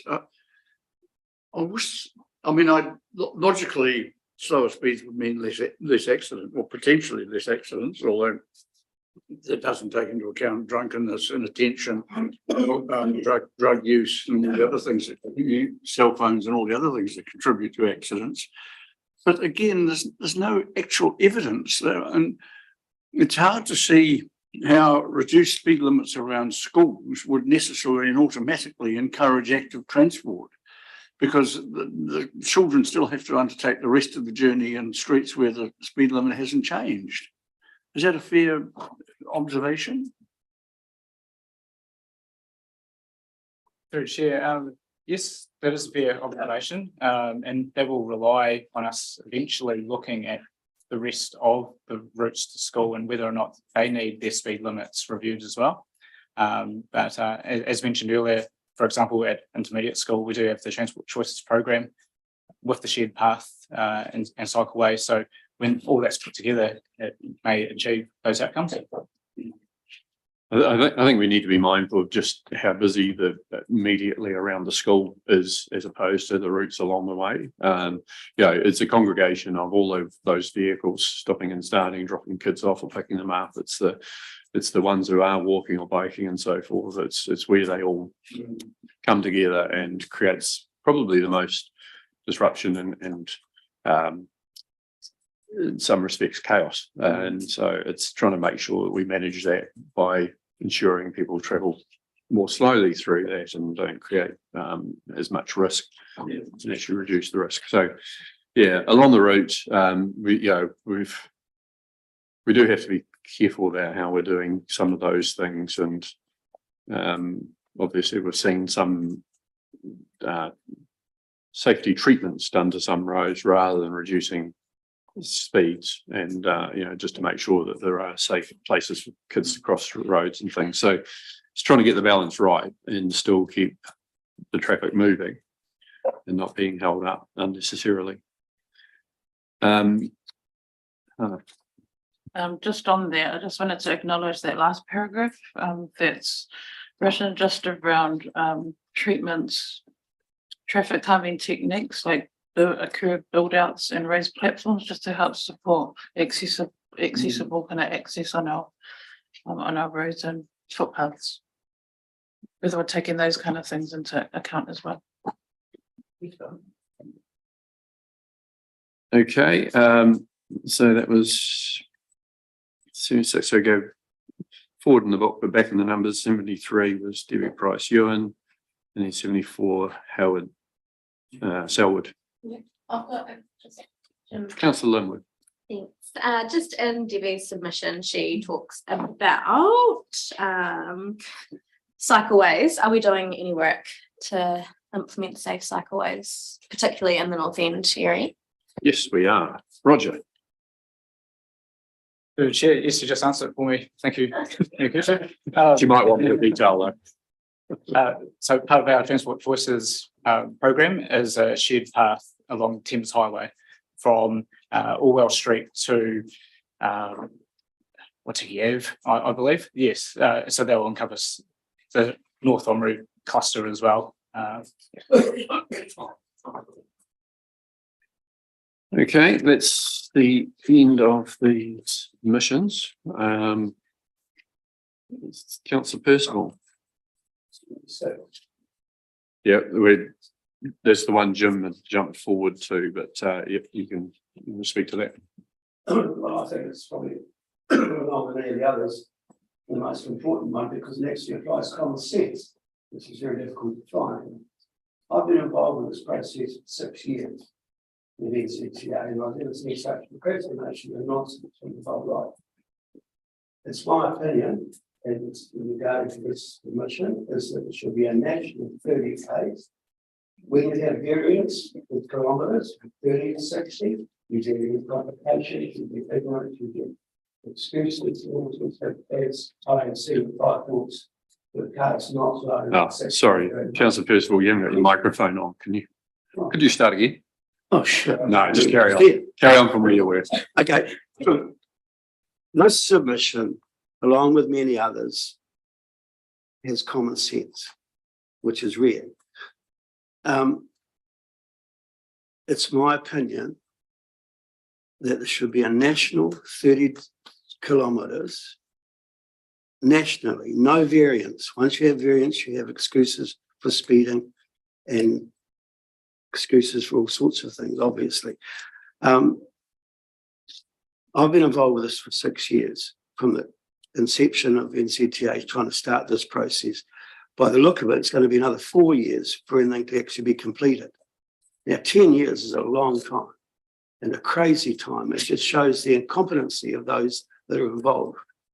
Not us, of course. As far as the submission going forward, I do believe we should have a national speed limit of 30 Ks, regardless of what vicinity the school is. And hence I agree with Cheryl's submission entirely, and I think we should take note of what I'm saying, because we do have a voice, and if they won't listen to us, then we must instigate our own policies. Okay, where to next? So essentially, we've covered off some things along the way, and some people might want to repeat some of those aspects. I think the big question that we are probably all wanting to know the answer to is, how much can we change what's being proposed to take into account whether there's variable speeds or fixed speed limits, etc. Because I think, if we look at those two options, there's pros and cons with both of them. If you've got a fixed speed limit, 24 hours a day, and so on, it runs the risk of people thinking, well, this is a bit pointless going this slow. We know the school's not in it's 3 a.m. in the morning or whatever it might be, or it's a weekend or whatever. And there's the risk of them disregarding that then, but maybe taking note of it when it is school times. And then the variable one, which runs the risk of, they normally go through there at 70 and they happen to hit it and not recognise that the speed's changed because it actually is a school time. So there's no perfect situation. It's really what do we think is going to work best in each situation. So Roger, if you can tell us, what do you think our discretion is? Not disregarding the budgetary situation, but if we have a budget that we can put more variable in where we want to, rather than fixed, what's the situation overall around what change we can make? Through the chair. So my suggestion would be to initially accept the phase 1 school zones as they are, because what Waka Kotahi has empowered us through speed management planning is the ability to monitor and change as necessary, depending on how successful the lowering of speed limits are. So this is our interim speed management plan. We have a full speed management plan, which encompasses phase 2 schools. So any changes that would be necessary following implementation can be considered again and continue to be considered again on a 3-year basis in line with our National Land Transport Program applications. So when it comes to funding, that can be applied for, but what we want to do is make sure that we've got the evidence that supports additional investment or additional measures to ensure we've got safe speeds around our schools. Okay, so the next is just looking at we've got the proposals in front of us. Add to that what the Waka Kotahi is doing on their highways and how that impacts on our schools around the district. Is there anything that people specifically want to see changed? So Councillor Holding and then Councillor Hopkins. So what I'm hearing the officers say is it's not just speed that is 100% necessary treatment. There's still going to be the feedback we've had. We'll be looking again at these areas and seeing what more needs to be added or taken away. So that gives us that flexibility. Is that correct?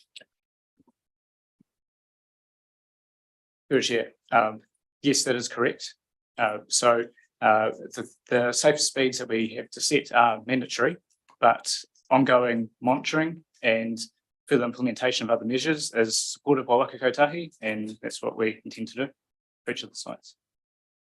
Councillor Hopkins and Councillor McCone. Yeah, it seems to me that there are we've had at least one, I thought, very thoughtful and intelligent submission from Peter Mitchell about Airedale Road. And the notion that we say, oh, well, we'll ignore that and maybe review it in 6 months' time and maybe change it then. I would have thought that an intelligent and lucid argument could and should be responded to now, and that we could introduce where we wanted to, that we could introduce, if we wanted to, variable speeds in certain instances and in certain locations.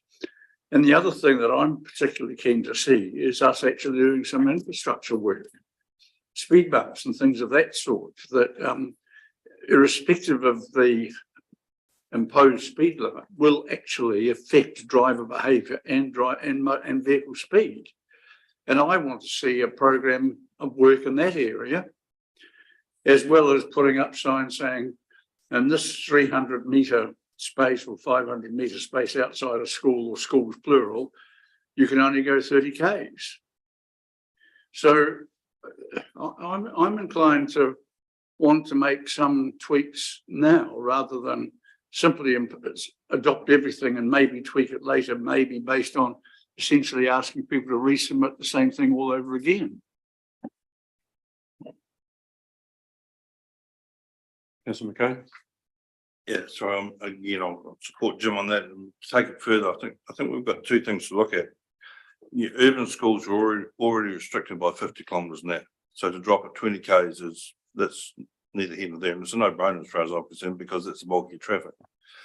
Your rural schools, you're going from 100 k's to 60 and then down to 30. And I think a lot of that could be fixed, in my opinion, is where you put the kids on and off the bus and get them off that road. Get your loading zone somewhere else as well. That's got to help. It's got to be done. You got to protect them. Let's face it, the roads are getting busier. We've got tourists from overseas that don't understand what's going on. But I also think you've also got to look into the perspective that these zones operate only while the schools operate. Otherwise, it becomes like a road cone. Oh, there's another road cone. Let's just not even slow down. You've got to make a statement and get it stated, and how you do it, I don't honestly know, but I think that's got to be looked at.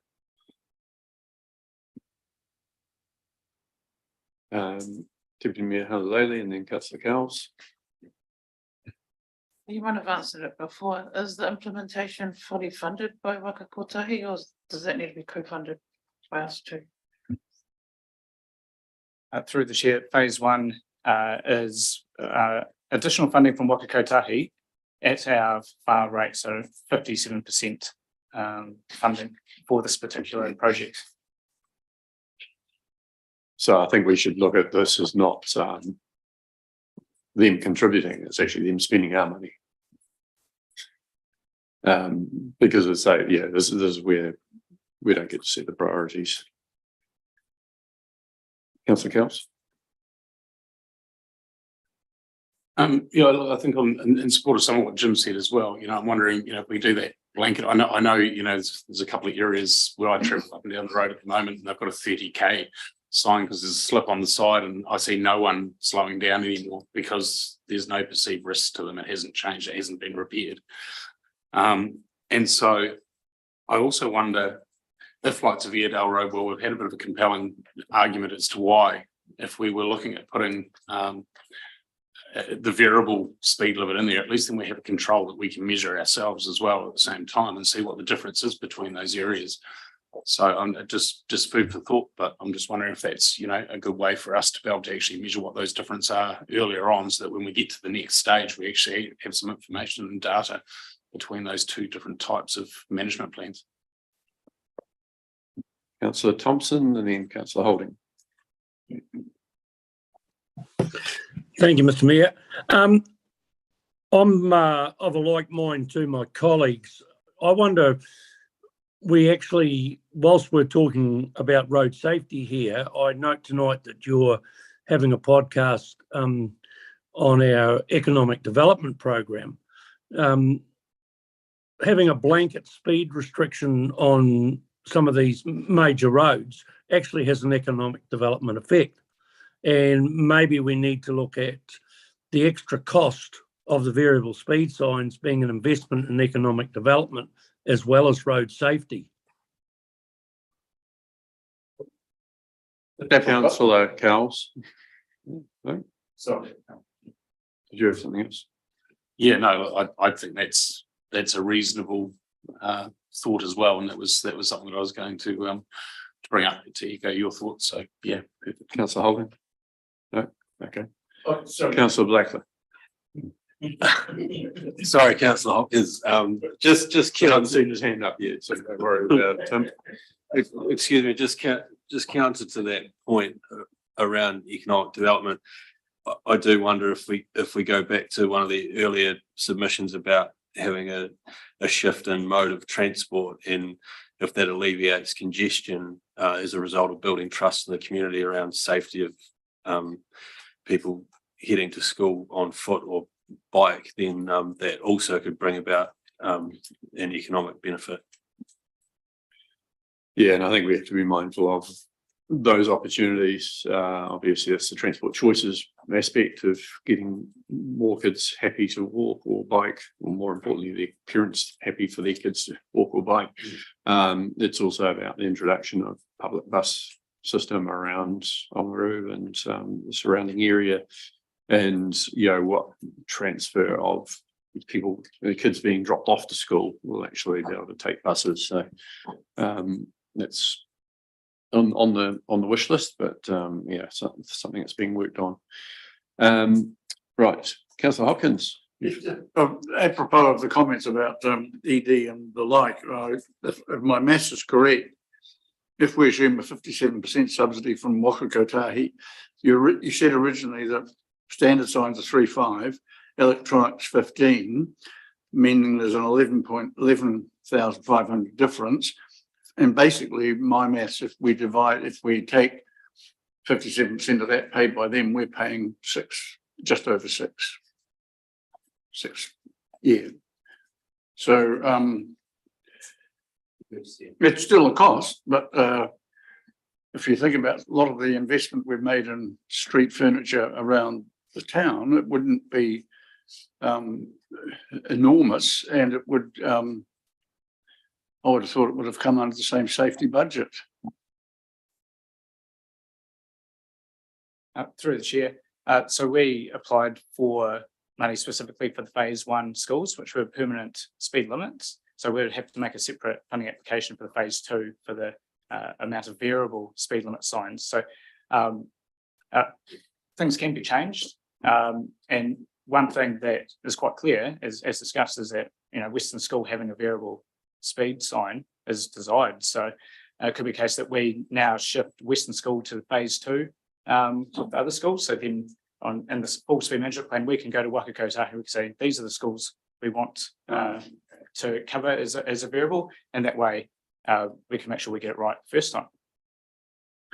I think it is very often those schools that are in the more rural areas where they're making, as has been pointed out, they're making the drastic change from, or the most significant change from a higher speed limit to a low speed limit.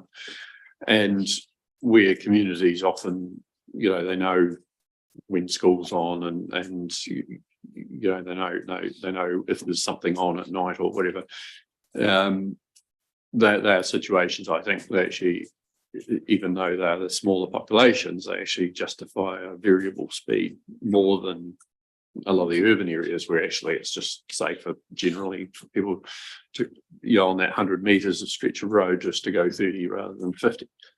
So, I think it's definitely worth looking at all of those particular ones as being in that second lot than the first lot. But happy to get more information as part of the report that ultimately comes back to us. Councillor McCone. So just to clarify, so these monitoring signs, the electric ones. So going through my mind, like I said earlier, the one at Paulburn, which as you get closer, it flashes at you and says drop back to 30 k's for the schools, and they'll be the same sort of things like you see at the Burnham military camp and down here at Maraki. That's what we're talking about. Is that the same scenario? And can that be controlled by the school? So I'm thinking of public holidays and times to program that. Yeah, it's different. Those ones are activated by vehicles and so on. These ones will be timed. But the question, it's a good question, is the ability for a school to have some control. So if they've got their school play on at night time in the evening and being able to switch it to the low speed at that time, those sorts of things. Roger, what thoughts? Yes, through the chair. Mentioned earlier is there is a central management system that council can operate for all these schools with their electronic signs, but there is also the ability for the schools to operate them themselves. Comes with risk either way. For example, we want, as a road controlling authority, we want to make sure we have the speed limit displayed at the right time, as agreed. So it's more of an operational decision, but we're happy to work with schools if it is centrally controlled to make sure that, if they want to finish, if they plan to finish early on a particular day, we will adjust the times to make that so. Councillor Hopkins. Yeah, Roger, surely we can trust the schools with this. I mean, the lollipop people are out in the afternoon. We don't monitor that. The schools put the high vis vests on. The pupils, not with parents or teacher assistants, monitor pedestrian crossings in that after school period and before school as well. Surely this is just an extension of that, and surely we can say, right, this is the safety of your pupils. We're happy within specified or agreed parameters to leave it to you. We'll get some comment from Josh Rendell. Thank you, Mr. Mayor. Sorry. The system that would be used would be a similar system that would be used for our streetlight controls, and it would control all of our streetlights as well as all of the variable sign within all school areas. It wouldn't be an individual system that it controls an individual sign. So if there was approvals that were granted for any one school, they'd be given for all of the system. So there's security issues involved with that. For that reason, it's likely that we'd control them ourselves and respond to requests from schools as opposed to giving them access. So Josh, would that, would that still have the ability to take that speed limit out for a Saturday or Sunday or school holiday? So you can program that in as well as your street lights and everything else that goes with it? So through you, Mr. Chair. Yes, so the variable speed limit signs can be put onto a schedule, so they can be set up for specific dates and times on when they'll activate, when they'll stop, so they wouldn't activate during a school holiday, for example. And we can also activate them outside of hours if schools do need additional hours to be put on them. Yeah, so those variable speed limit signs would be similar to the ones you'd see on the highway near Meraki, where the turnoffs come in and the changes down to a 70 zone rather than the 100 zone, as opposed to the signs that you may be thinking of where you see them react to the speed the cars are going through with a smiley face or a sad face or whatever else. Thank you. We want to make sure that it works more consistently than those smiley face ones where some of them are just set wrong. And yeah, it's like I'm under the speed limit and it's got a grumpy face. Don't like that at all. Councillor Cowles.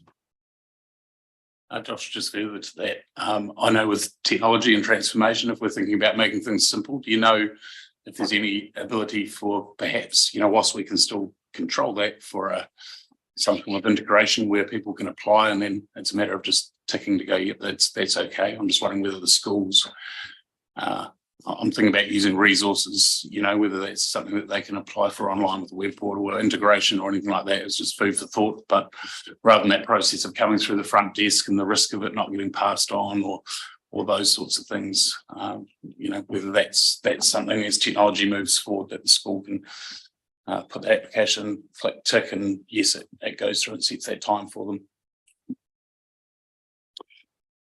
them. Councillor Holding.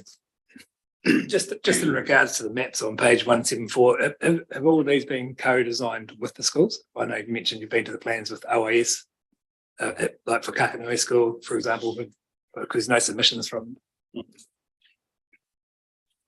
Through Chair, yes, during our pre-engagement, we sent individual letters and associated maps to all the schools. And just on that Kakanui School option, that is a second revision as they requested Wainakura Road has a longer section to be 30 k's instead of just the side road. So that's what we've consulted on.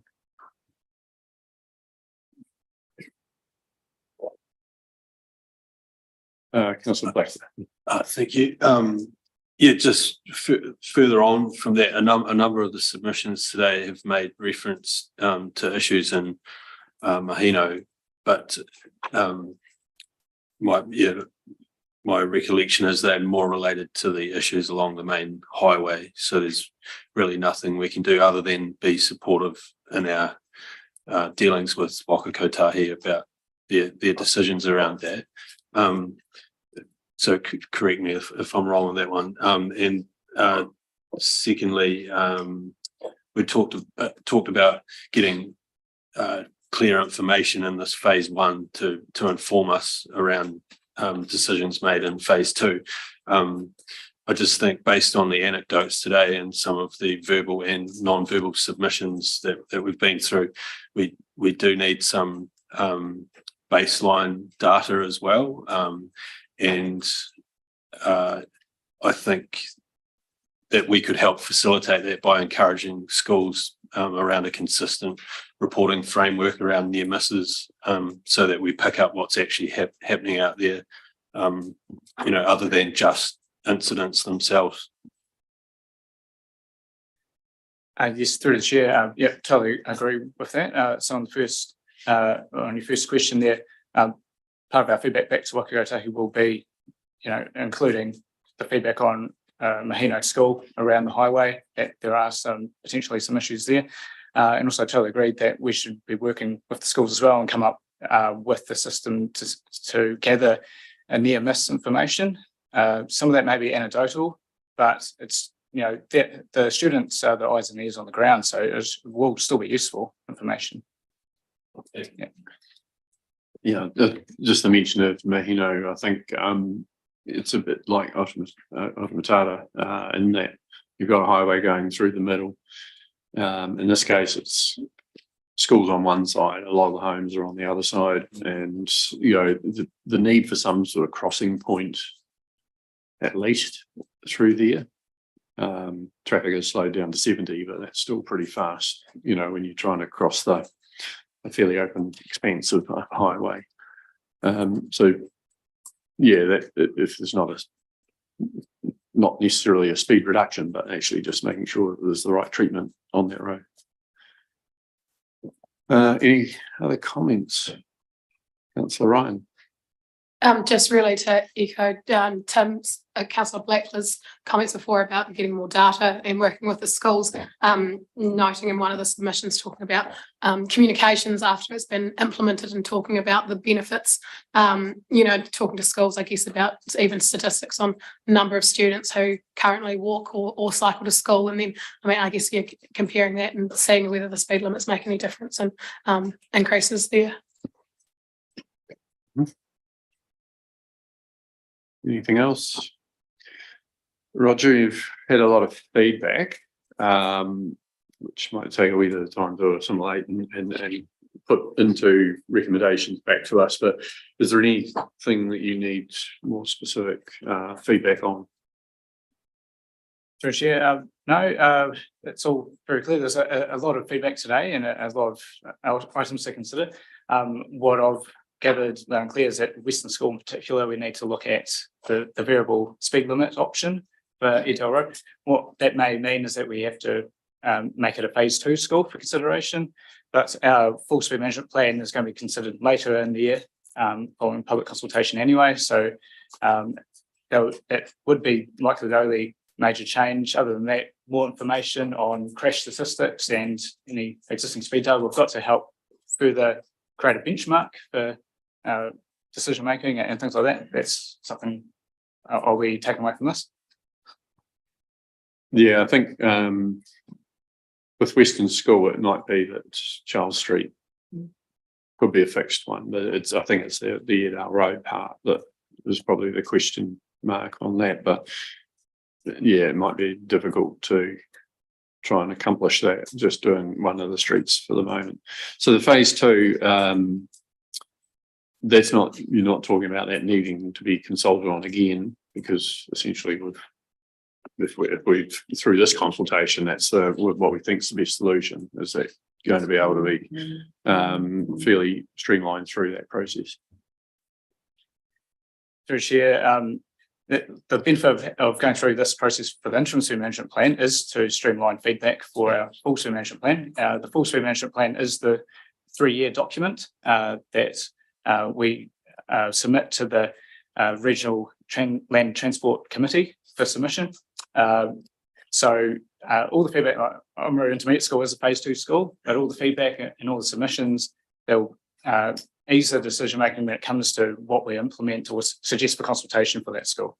Yeah, thank you, Councillor Hopkins, and then Councillor McCone. Mick, I'm wondering if you'd entertain a resolution on a couple of specific matters that have come up today in submissions. I'd like to move that we ask officers, in addition to the general report proposed, to report on the feasibility of an enhanced drop-off and pick-up area adjacent to Western Park and the Western School, and an improved drop-off and pick-up area in front of the Five Forks School, and further a report on the possible installation of speed bumps or other traffic calming measures, and the placing of a pedestrian crossing adjacent either to OIS or Pembroke School. Before I look for a seconder, I'm just looking to Roger just to get feedback on how are those things best handled. Is it a resolution from council, or is it something where you look at your overall work program. And Josh, if you can make comment on that one. Yeah, I think those requests are actually quite timely at the moment as we are preparing our submissions for the National Land Transport Plan and the National Land Transport Fund. I'd say that those are some things that we can take into account now and include in our planning for future funding with Waka for the next triennium. So I'd suggest that we can just take those comments on board and run them through that way rather than council needing to actually make a motion itself. Okay, someone prepared to second that then? Councillor Cowles. So, and Councillor Hopkins, if you've got that written down, if you just share it with the government advisor later on. Sorry. Yeah, speak to it. Or just speaking to it, sorry, Brent. All I'm thank you, Josh, for that endorsement. And I'm not saying that they have to be done. I'm asking for a report on feasibility. So yes, it may take a bit of time, but I think but particularly in response to and respectful of the submissions from the youngsters at Oamaru Intermediate, we owe it to them to look at some of the things they've asked us to perhaps consider. And I'd like to see us actually consciously and deliberately do that, especially since we now have relatively inexpensive calming mechanisms installed in Orwell Street. Yeah, it is Orwell. That's right, it is, yes, outside the rec centre. So I think that's why I've moved it. Except not those four. But anyway, that's my opinion. Did anyone else want to speak to Hannah? Just quickly, no, I'm very supportive, of that, and I think it just signals for us a priority in terms of the student safety. And it was really clear from their submissions this morning that they've done a lot of work into it. They experience it every day, and I think it's just part of our responsibility just to try and look into it further. Okay, I'll put that. Those in favour, please say aye. Against, that is carried. So one other question, would it be fruitful if we moved that we consider moving Western School to include as a phase 2 school? Or move it into town or something? No. I mean, Roger was saying that would be the best way to get the variable speed thing right from the outset. I'm wondering if you need a resolution on that as well. No, they don't. They've taken note of all the feedback that we've given, and so I think basically we're just noting that we've received the information, we noted it, we've given you feedback. I don't think we need to resolve anything more. We'll see the outcome of that in a report with recommendations, which will help us, I think, once we see everything all together and say, is that what we are happy with as the governance team? So quite happy to leave it at that. Otherwise, Councillor Blackler. I just had a question. One of the other key themes intertwined amongst many of the submissions was around kindergartens, and so I just wanted to see where we consider that sits in the whole picture and our consideration around that. Through the chair, we are considering kindergartens and early childhood centres wherever possible in conjunction with a nearby school zone. But as it stands right now, Waka Kotahi are not including kindergartens and early childhood centres as part of the Safe Speeds Around Schools program. Yeah, I assume there's some differentiation because there's not many kindergarten kids walk to school by themselves or bike to school or kindy. So it's probably treated differently like that. But I think where it's Pembroke and Casanova Kindy, I mean they side by side, you probably make sure that what's there for one is there for the other anyway. Councillor McCone. So, Roger, is there, we've got to deal with state highways or so-called or transit or whatever it's called now. Is there a timeline difference or other different rules for the speed zones between the two? Through the chair, at this stage, their implementation for along the highways is the 2024 to 27 period.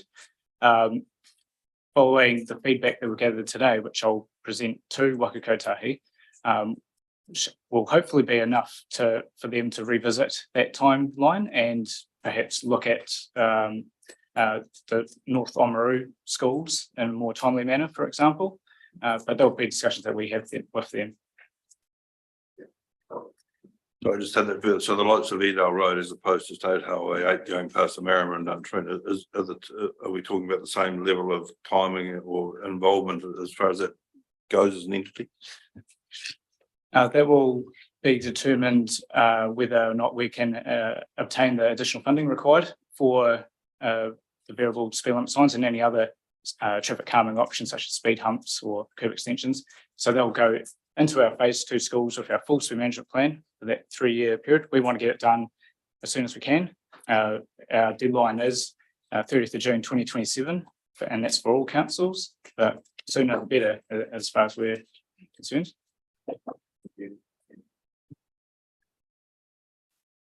Probably one rider is just around the political situation. We've got an election later this year. We've got a government that's got particular policies. We've got an opposition that's got different views on those policies. Do we have any idea of how certain it is that there will be a phase 2 on this particular work? Has there been support from opposition on the speeds around schools changes? Do you know? Through the chair, from what I'm aware, safer speeds around schools is supported by the opposition as well as their potential coalition partners. However, it is the blanket speeds around the country, I believe, is something that they haven't agreed on. Yeah, no, that's good. Okay, right. If there's nothing else, just like to thank you very much, Roger and Josh, and thank the team for the work that's gone into this. You're not finished yet. This next report to write and so forth. So yeah, we look forward to that coming back in front of us and us being able to make some decisions and for you to be able to get on and action some of the things. I think we've been really had some really great submissions from a wide range of people here today. And, the ability to speak to some of them when they've come to speak to their submissions and the ability to read through all of the others. I think it's been a pretty good process so far. It won't be something that everyone likes or enjoys, but it's something that I think, we all want to make sure we're looking after our young people, and this is one way that we do that. So thank you, Roger and team, and with that, I shall declare the meeting closed.